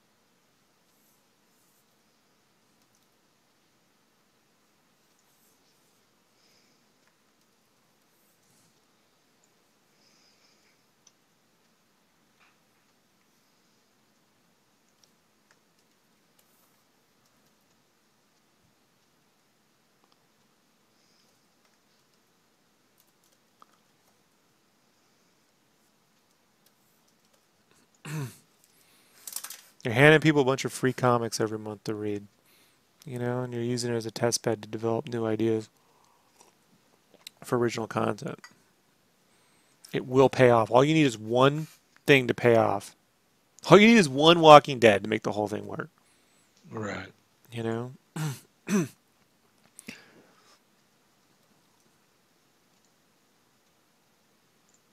But this idea, we'll make the comics, check the sales, put them on digital, gather it all up, see how it works out, isn't working. It's not working. And it won't work. Put all the billboards up you want. You got to shove and distribute that stuff right to them every month.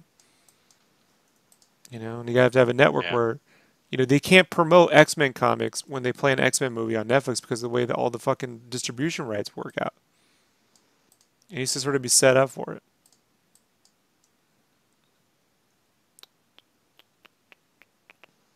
And then they can put motion comics out for the kids. You know, they can do like a read-along. Read the balloons along with Spider-Man. Do, do, do, do, do.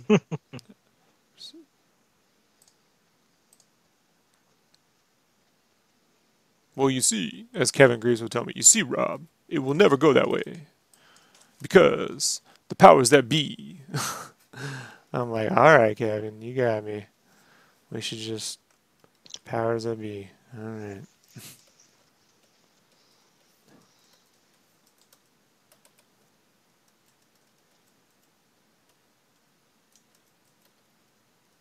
How long does it take? Depends on the complexity.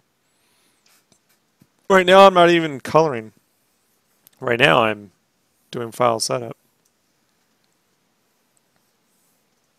Usually takes me half. Half the time it took to draw it. If it took me an hour to draw something, it'll take me 30 minutes to color. If it took me 20 hours to color, to draw something, it usually takes me 10 to 12 hours to color. I used to have Brandon do the file setup, but that went horribly wrong. Didn't go horribly wrong. I'm not as fast as you because I took 2 weeks to get a file set up once. No, 2 weeks. Did not. It took 2 weeks. And it still wasn't right. And it still wasn't right. I still had to go and fix things. No, I never exaggerate. Never. Never. I'm always on point. Yes, you never exaggerate. No, never. Everyone is my boy. That's what I've been saying. That's true. No exaggeration whatsoever. If Wesley can't make it to the next gaming cast, you got to be on. So you know. I need I'll a have third something person. to talk about. I need a third person on there. It just works better. So, yeah.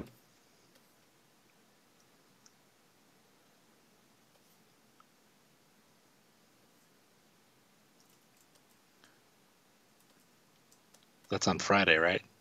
Mm-hmm. A little later than normal. So I'm not changing the time because, you know, Andy's got the kids and stuff, so. You know, right?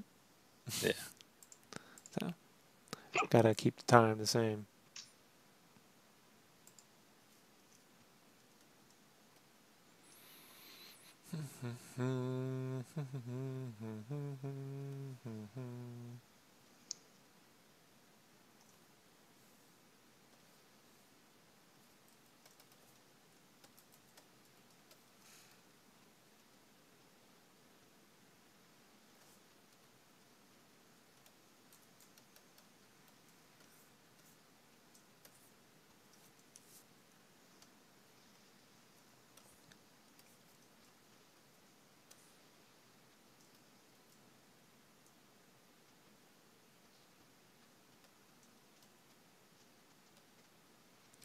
When do you think you'll have that video? I don't know, man. You should keep tabs on the Art Tips playlist. Subscribe to the channel. I don't know. It's not going to fit all in one video. All in due time. All in due time. I got to work it out, guys. It's something I have to work out, and then I have to fucking record it and edit it and get it down. So I can tell you right now, it's not happening this month. It's not happening this month. Maybe I can make it in October and kind of start to have it out, but I'm moving probably 98%. So we got to send our list of things that need to be fixed based on the house inspection tomorrow night.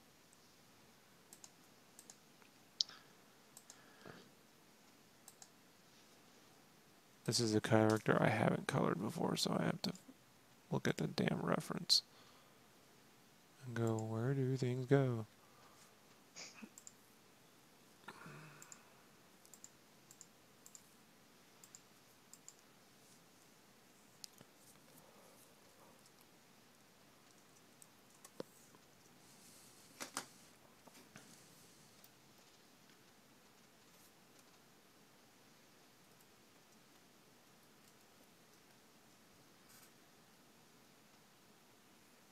But I've been wanting to make a series of something a little bit more concentrated that I edit and the whole thing.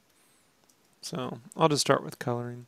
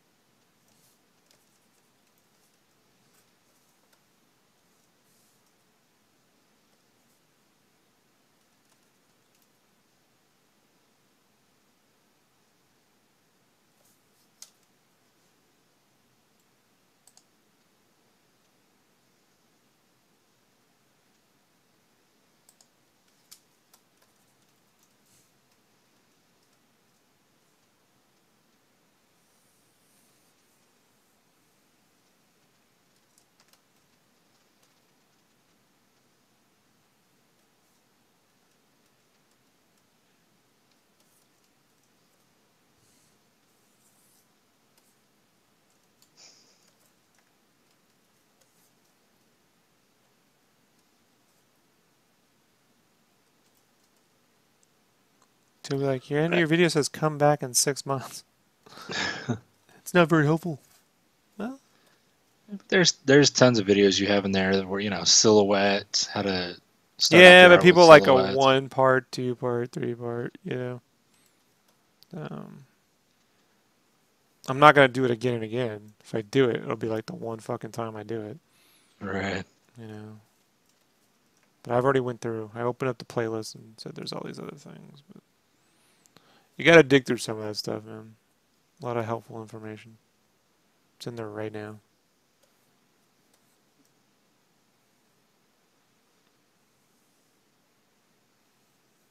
It's going to take, no one video is going to train your mind to think a different way.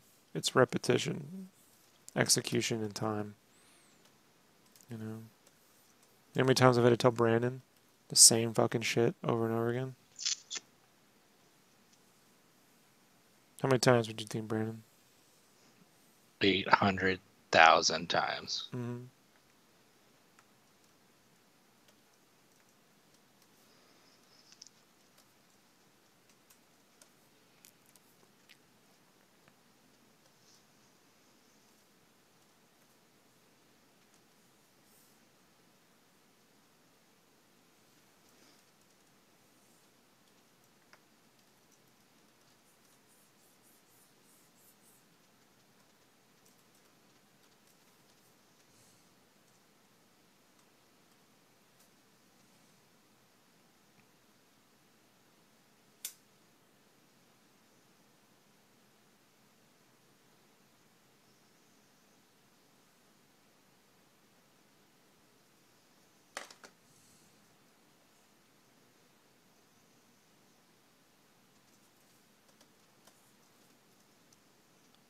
Yeah, surprisingly, when you're explaining yourself to people, you have to actually like be prepared.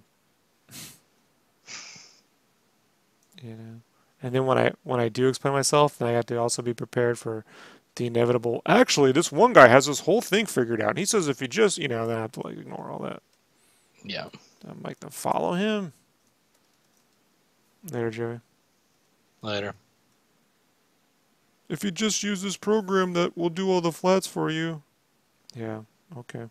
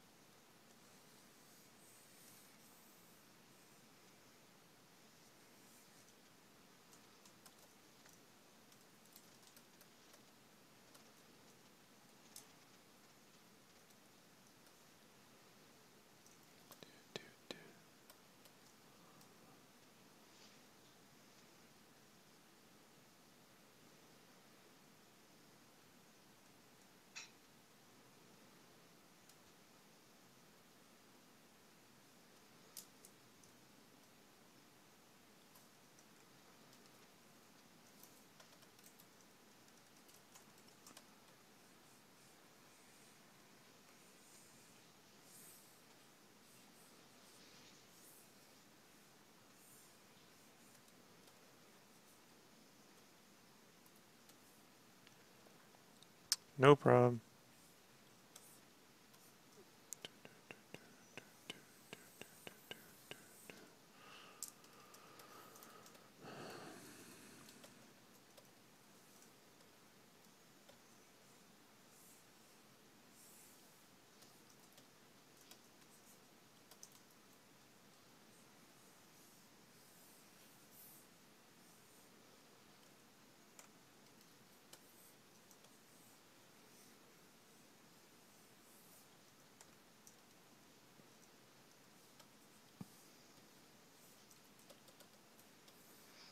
All right. And last but not least.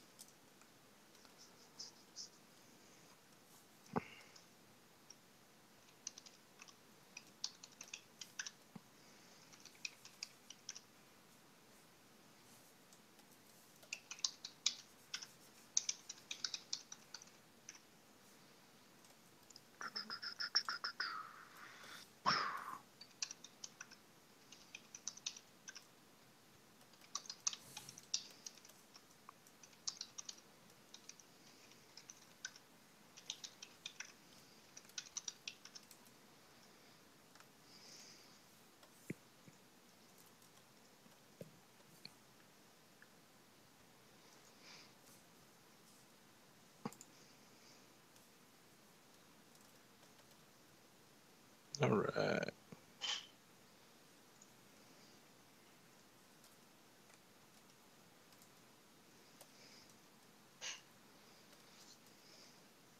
Hey, the world of flats.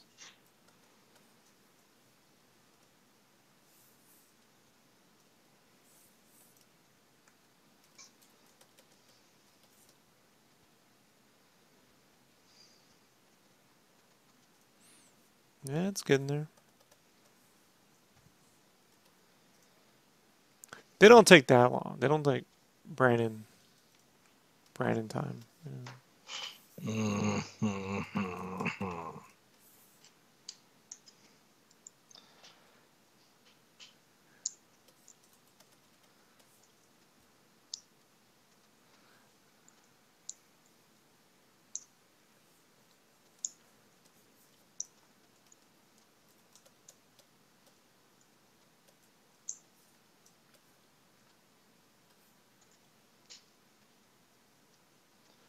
True.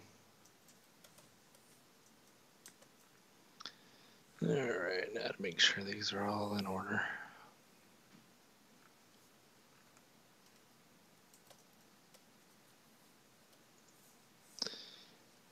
Hey. Not much. Just enjoying Rob's company while I work and he works.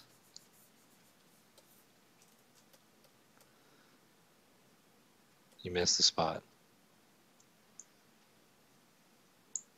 Do you see it, Rob?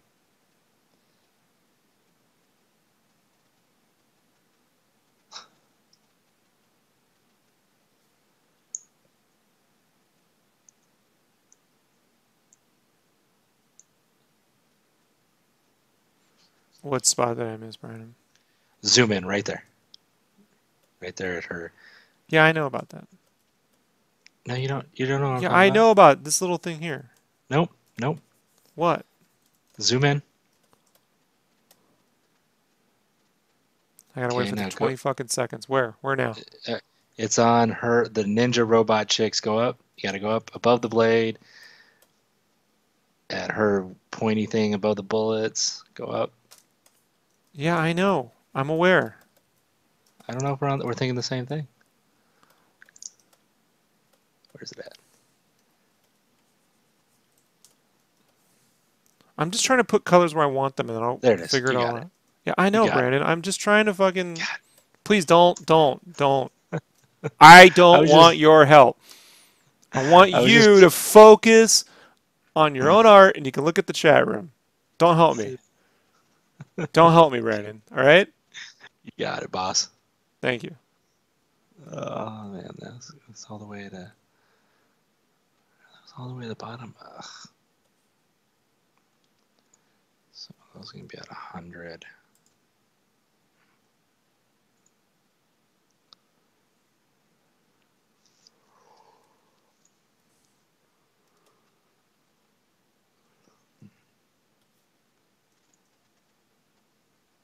You had your chance to do this. All right? You had your chance. All right.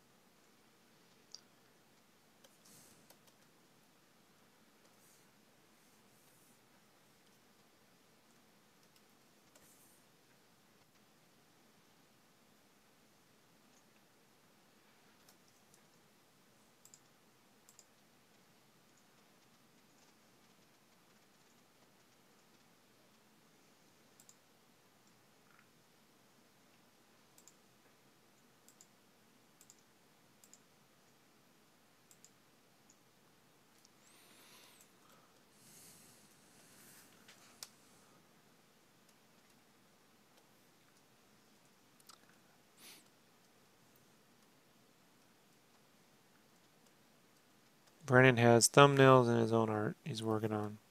He apparently can't draw Mega Man right now. And he's too busy looking at what I'm up to.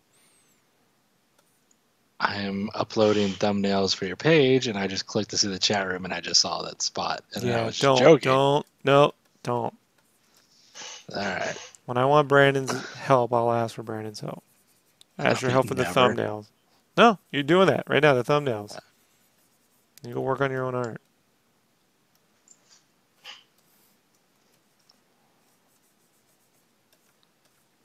He just, it'll start a pattern of bad behavior for him, you know?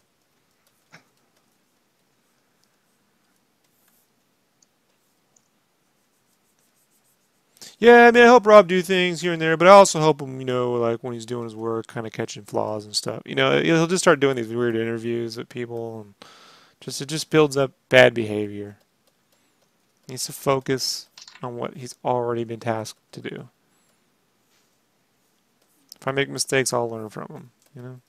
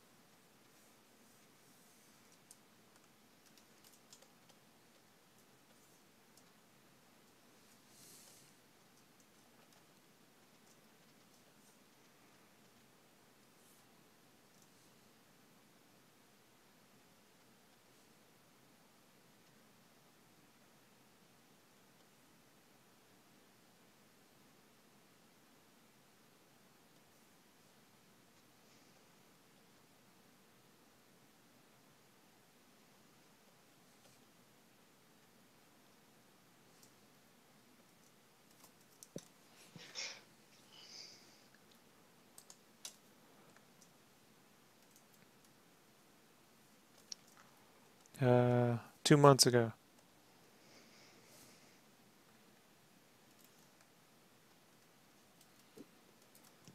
I was hoping to be done with it yesterday. That didn't happen. No one's printing on a holiday anyway. Right.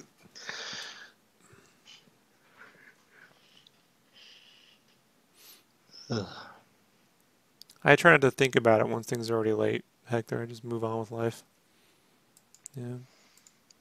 Doesn't help if you just keep thinking about when things are due, once they're already due.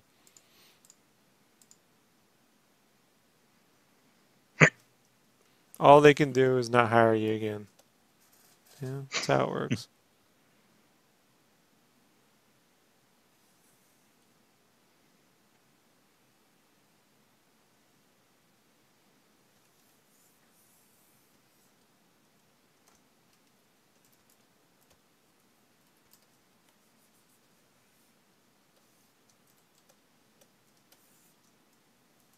There's an option for every plan.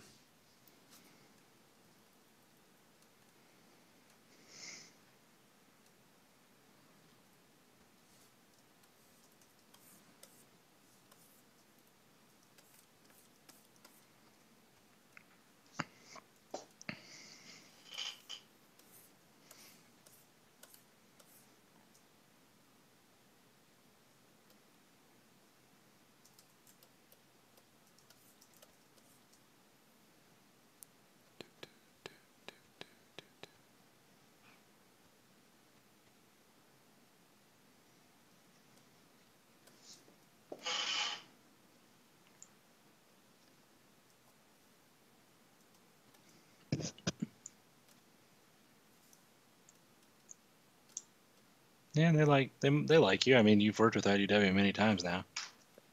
Well, maybe they hate that I'm taking too long and they just don't want to tell me because they're afraid I won't finish the work if they yell at me. Right. I don't know. We'll see how it goes.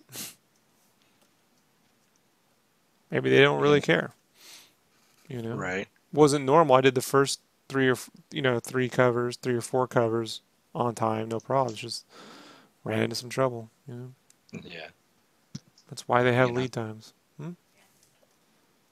One second, I'll mute. All right, just give me like 20 minutes, 30 minutes.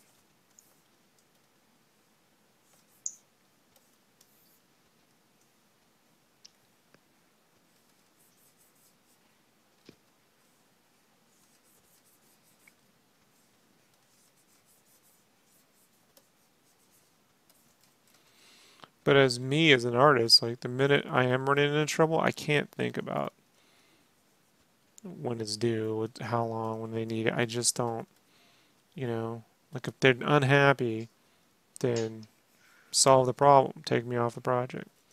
Problem solved. Right.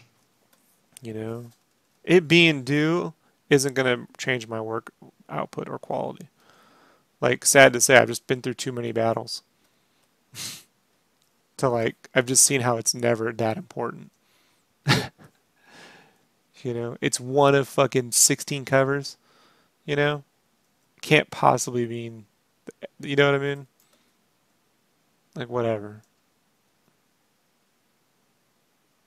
It can't be that important.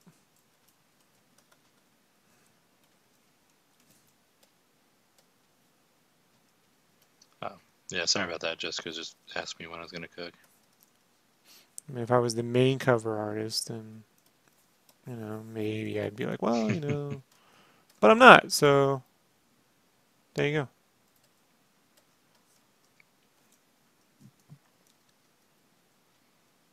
You're the main one to us, Rob. The only one of these cover artists who's streaming the entire fucking process. That's for Right. certain. Giving them instant access. Join my Patreon. Get instant access to all my real, you know, come on, I want to do that every night. I should just start saying that even though there is no Patreon. Where's this Patreon? You got to look it up. It's www, you know, good fucking luck finding my Patreon.com. You know, that took me nowhere. Yeah, I know.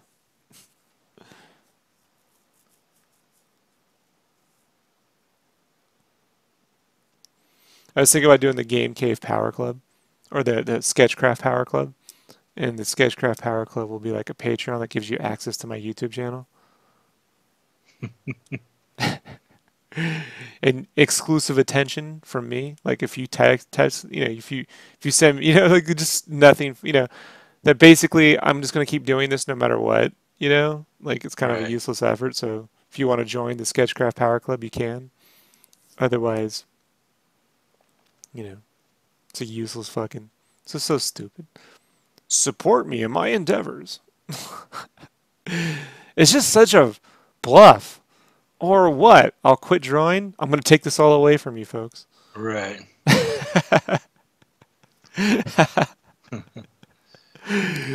You know? Wouldn't you want our money? Yeah, buy stuff. When I sell stuff, buy stuff. Well, I missed it. Then get me next time. See how it works out? There's monthly fucking fees for everything now. Just don't want to add to the fucking problem. You know? And I don't like every time I turn on a goddamn fucking YouTube channel, I gotta hear about their Patreon. It's so fucking annoying. It's becoming a word I never want to hear again. It's not like Kickstarter, because those are limited. You Right. know what I mean? You can run a campaign, it's done. There's never any end to the fucking Patreon. It's just forever, from now until the end of fucking whenever. You gotta support me. I don't know, man. This is so not. I don't know, man. Hey, what's up? It's not for me. Just not that talented.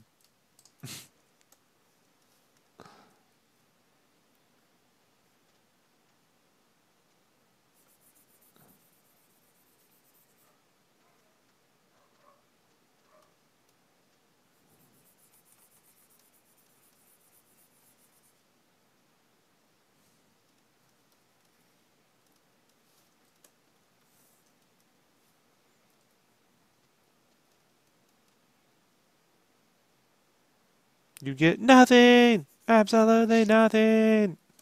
I just do this shit every month, every day. Because what happens is if I don't, I forget how I do shit. So all this stuff just helps me. I'm selfish.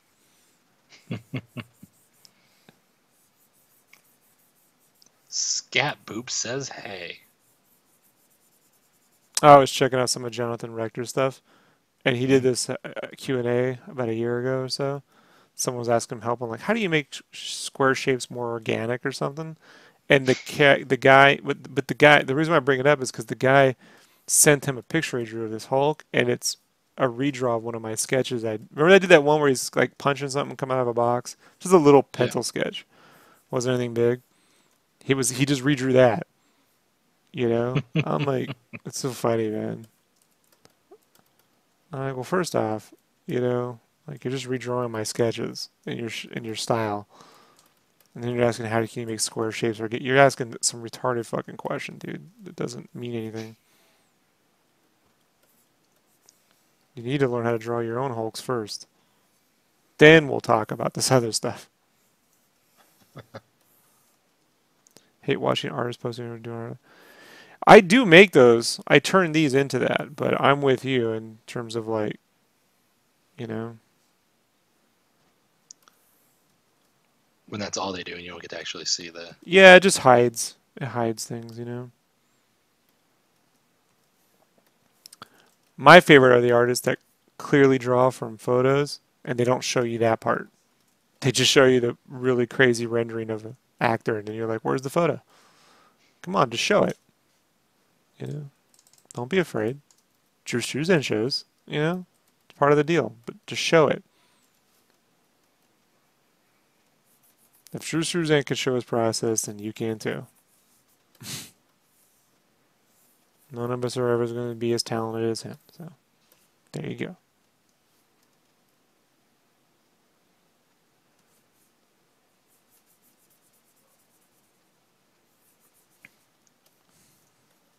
Oh, these days I figured out when I do make the speed videos, 4 times the speed is the most you can watch before you start to throw up. Like you can still see it, you can see what's going on clearly. You know, Right. anything faster and it just becomes this giant. And I've done faster, so I've learned from mistakes. Um, but yeah,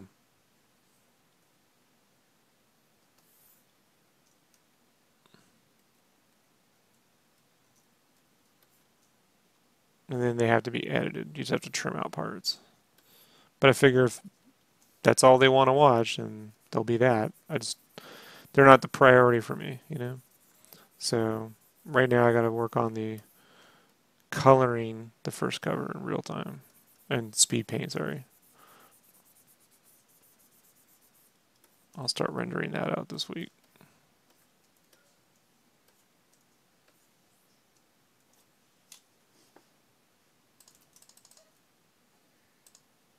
At least I have real. Yeah, well, I'll always, do that.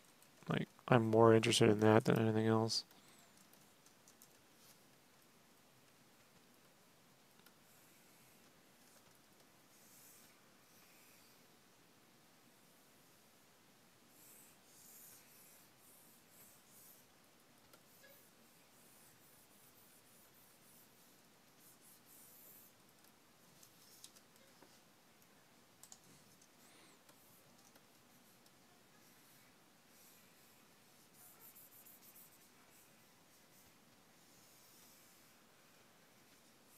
We got to do an audio commentary for the drawing speed paint, by the way, Brandon. Maybe we'll do it Wednesday. Or Thursday. You don't really draw after your shit on Thursday, right? After your volleyball thing? Brandon? Oh, he went away. Oh, sorry. I hit mute on accident. No, Thursday night's just volleyball. Either some nights I have early games, some nights I have late games. So um, our schedule starts over this week for the new season. So I'll know tomorrow if it's early or late games. Well, because if we just record audio commentary, it's just an extra hour after you get back. It's not like you have to do Yeah, that's anything. fine. Because you'll be tired, you know? Yeah, that's So you fine. can just pop open a fucking black coffee, right? We know you like black Blech, coffee, you know? blech, And blech, I blech. figured that it'll be easier to do audio commentaries on a Thursday night when you're not trying to draw, you know? So, because it can be a little later, it doesn't matter. So,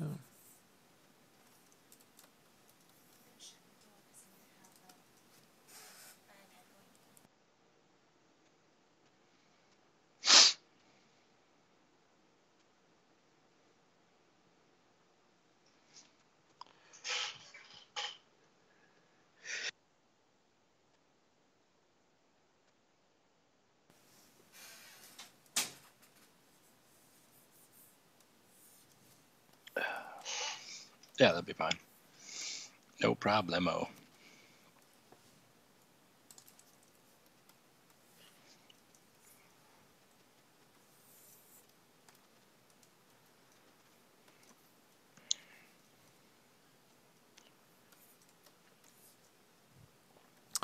I don't know how I ended up with little bits of white showing through. Something in my mask I didn't do right. I have a funny feeling. I don't know. I had to do when I contracted things. I want to go back and fix it. It's something new. I've never had this happen before, so Because something I'm out happened. here. I don't have a problem blaming you, Brandon. So if you want to go there,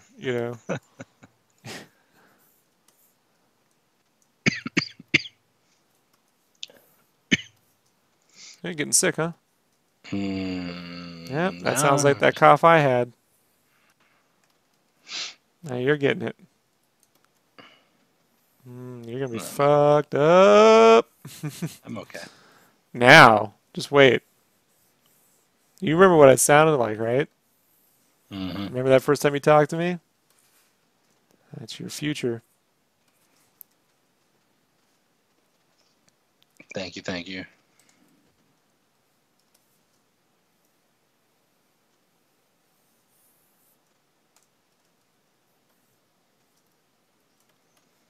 That your doomsday wasn't enough milkshakey enough, you know? The movie was more like a milkshake. What's up with that? What's up with that? What's up with that?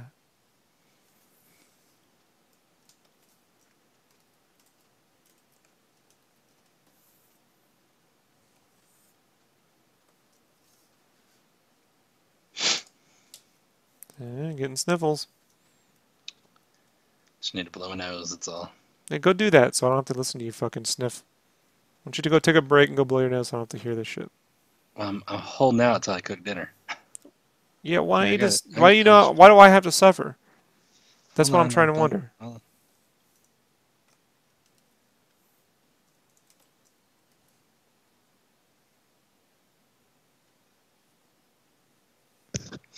I'm good now.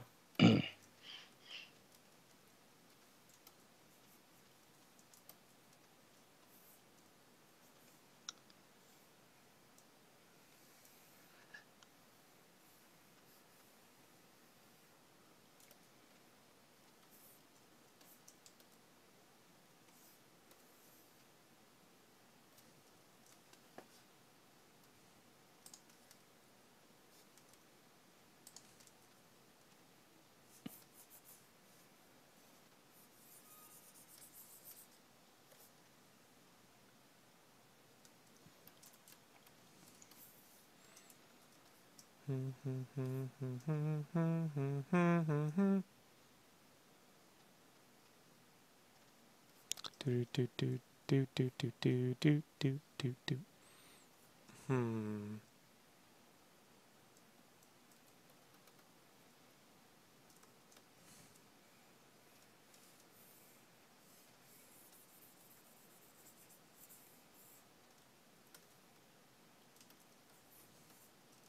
Yeah, but John didn't know. You know, I was just looking at it. I'm like, that's funny. You know.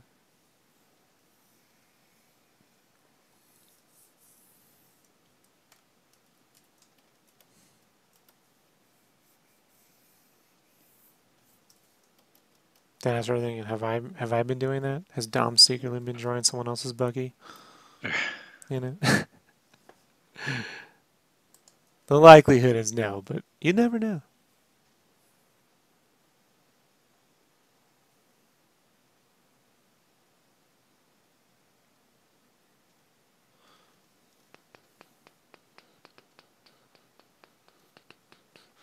I'm gonna get that Optimus Prime face tattooed. Look, yeah, Optimus Prime face looks like a Mega Man one-up, doesn't it? It'd be cool if we had a little Mega Man. I used to dream about those little Mega Man heads when I was a kid. I wanted cookies that look like them.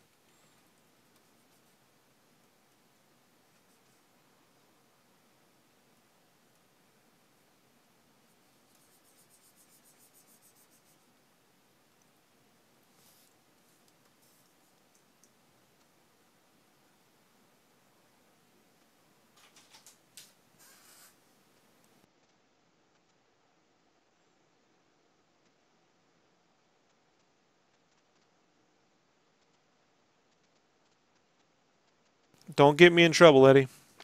I don't need it. Whatever it is, I don't want to get in trouble. That's all I ask. That's all Abort, I ask. abort. That's all I ask.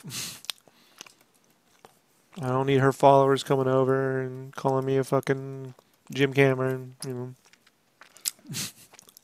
Or Joss Whedon. I just don't need the trouble.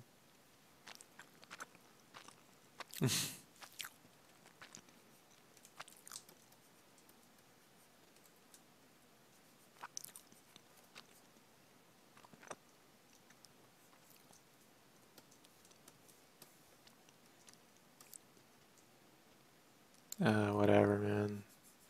Women got it rough on the internet, bro.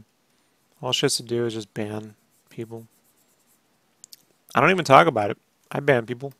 They go too far, they get banned. I don't give a shit. You know? Ban people. Remove them. Then it gets in this whole conversation about whether people should have to or not. They shouldn't even have to. I mean, if I had a... I mean, see, my childhood worked like this. I shouldn't have had to do a lot of things when I was a kid. Shouldn't have had to worry about if my mom was going to murder me or not, drown me in a lake. But that's the way life worked out. Constantly wonder if my mom was going to drive us into a lake. All she ever did was show me. Every time some mom drove her kid into the lake or murdered the children, my mom was there to let me know about it.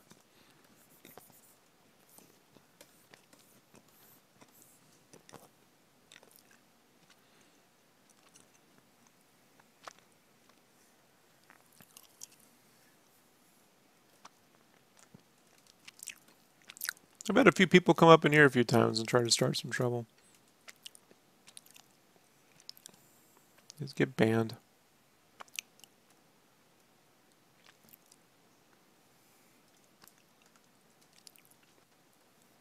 But they definitely got a rever. That's why Ashley never talks about her gender, you know? Mm-hmm. She doesn't want the trouble.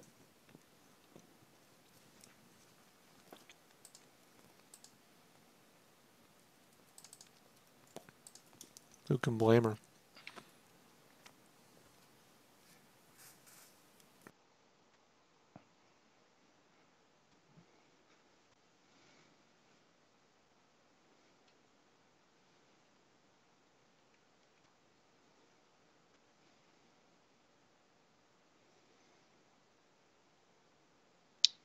Everyone's always harassing me on social media about my good looks.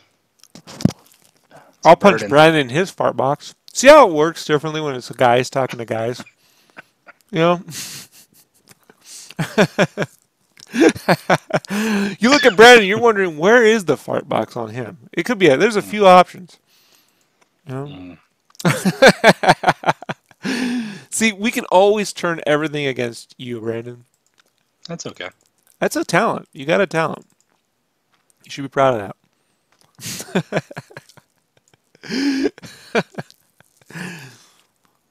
With friends like these, who needs enemies?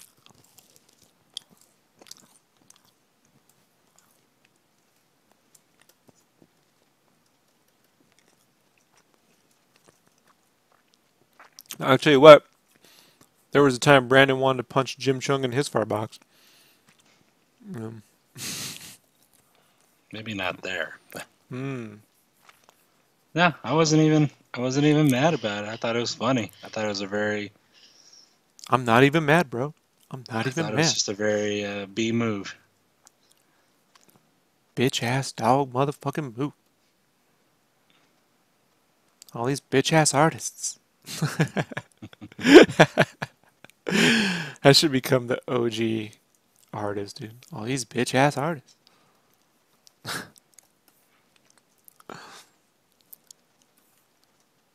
And I'm like, you want to fight me, man? I'll fight you, bro. Like, no, I don't want to fight you, alright?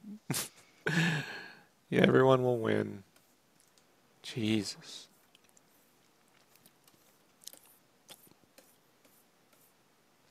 It's never the strongest person in the army, Brandon. I just knew for absolute certain I wasn't going to be the first person shot. Given the IQ quotient surrounding me, I knew I wasn't going to be the first person shot. It's pretty positive of that. Put that going for me.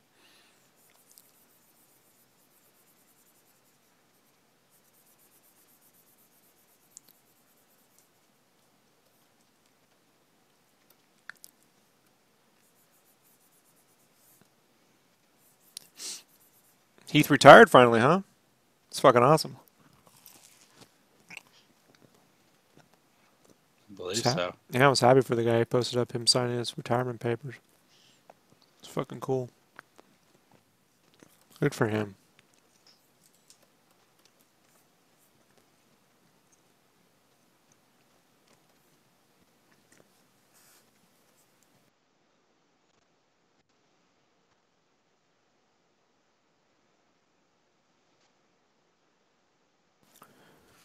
Do, do, do, do, do.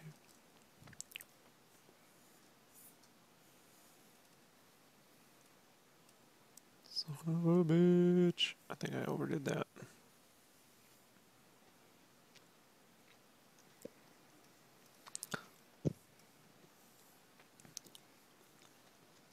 I think I know what it was. I think when I created the mask and I used the lines. They added semi-transparent edges, and when I contracted, they added little holes.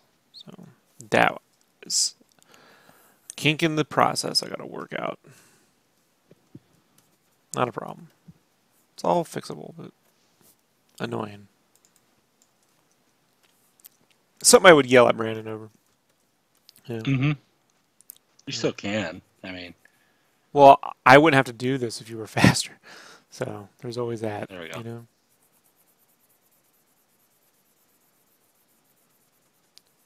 Right now I could be working on those commissions while Brandon did this, but here we go.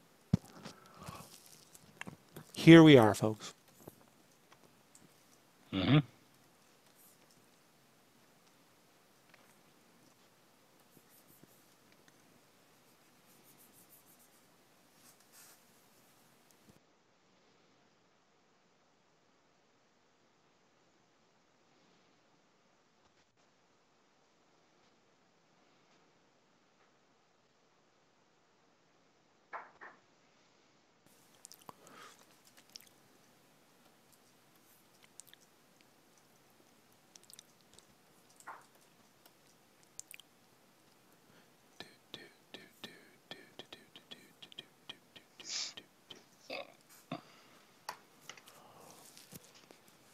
All right, I'm gonna go cook dinner. Good for you. All right, I'll talk to you in a bit. Mm-hmm. Later.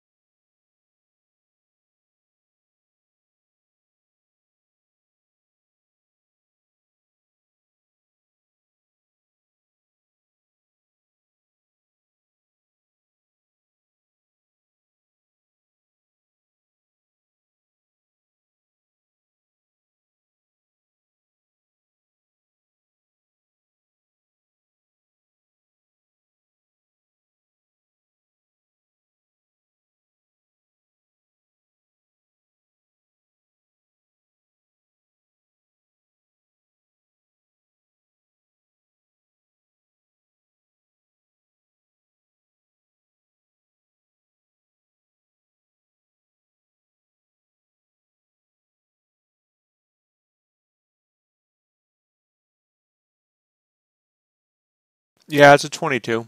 I missed the 20 though. I prefer the square to the widescreen.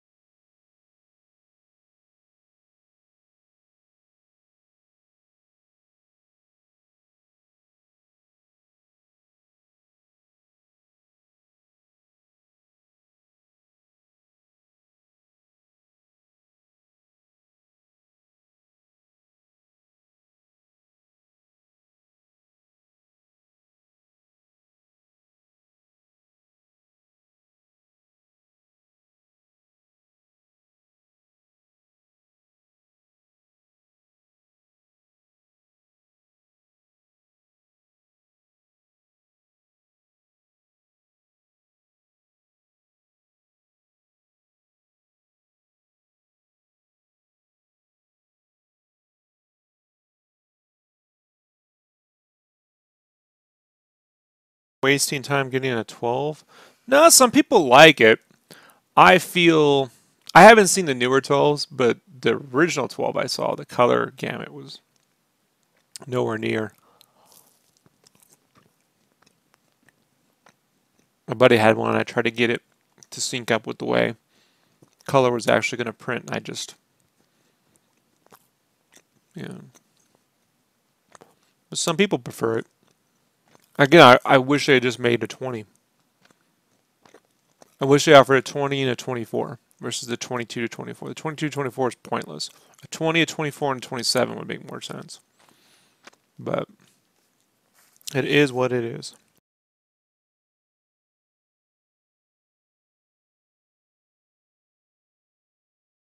I won't work on a 12, put it that way.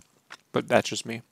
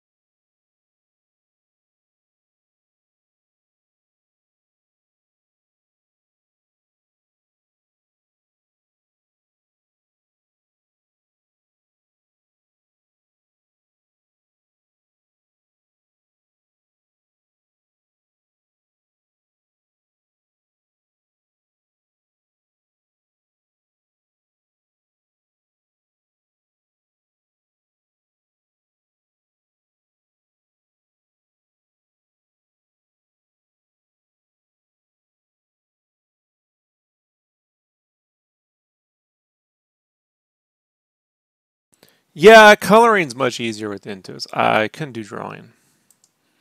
I mean, I learned on a Wacom, a basic Intuos Wacom. And then going from Wacom to Cintiq was just as weird as going from mouse to Wacom, you know. Um,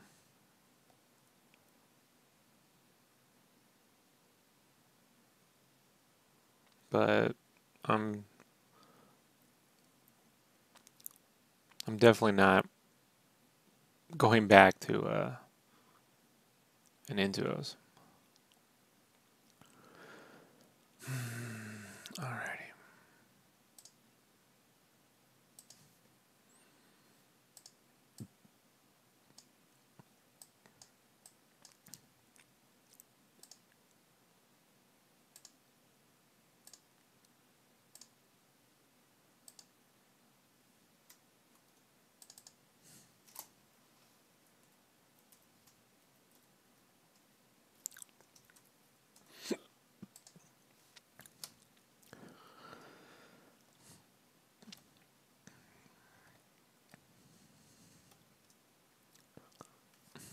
Now let's carve this out.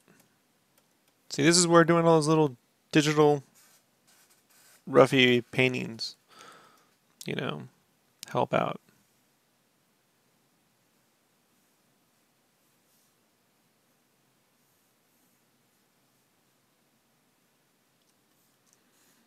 So, middle ground.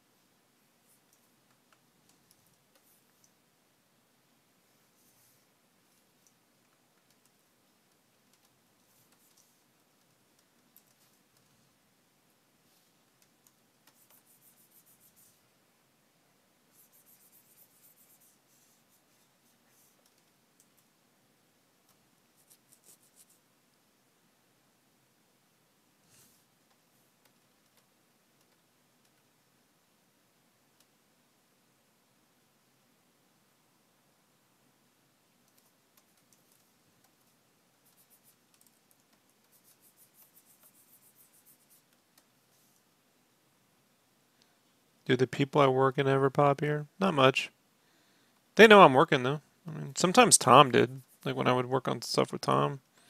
Most of them just have lives, you know.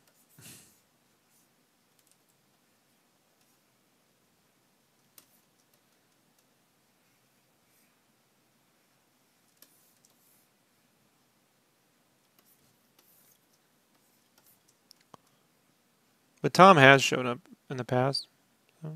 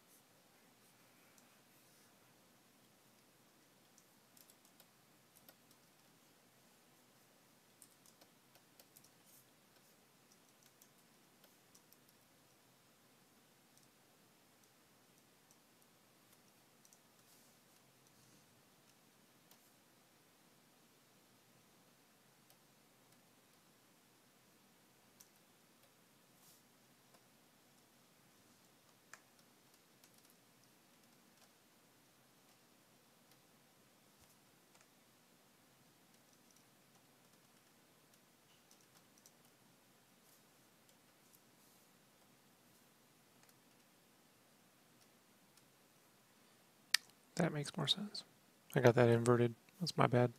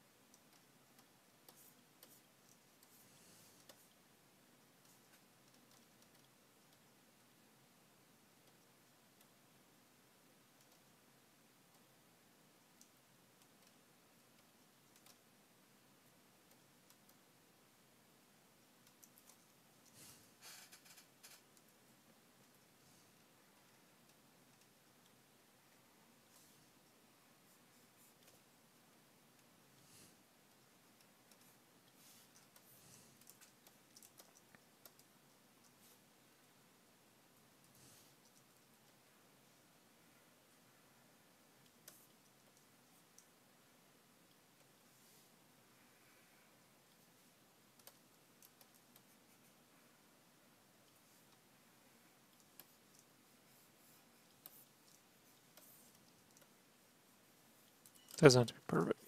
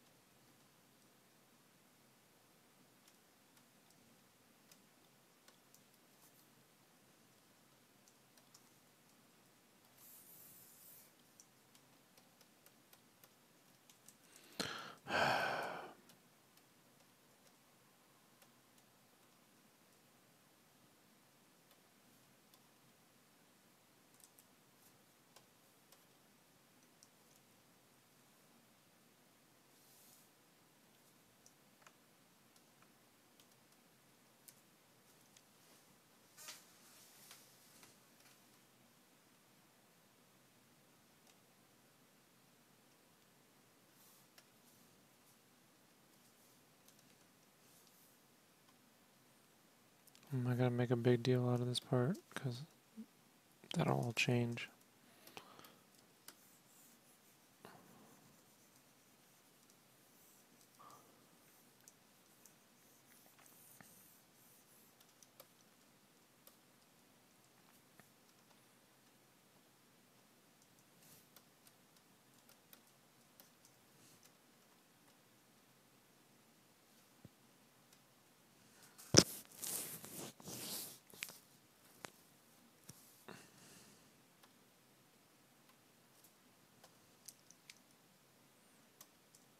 Alright.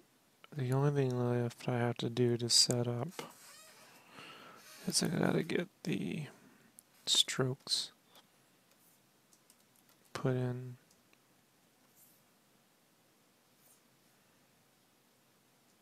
But I need to take a break. I've been doing this for how long now? 4 hours, almost 4 hours straight. So I'm gonna go take a break, and then I'll come back and try. I'll probably just get the strokes worked in offline, and then we'll come back and get this actually rolling. So, but I will be back on pretty soon. Thanks for hanging out, everybody. Give me a little bit. I'll be back on shortly. Peace.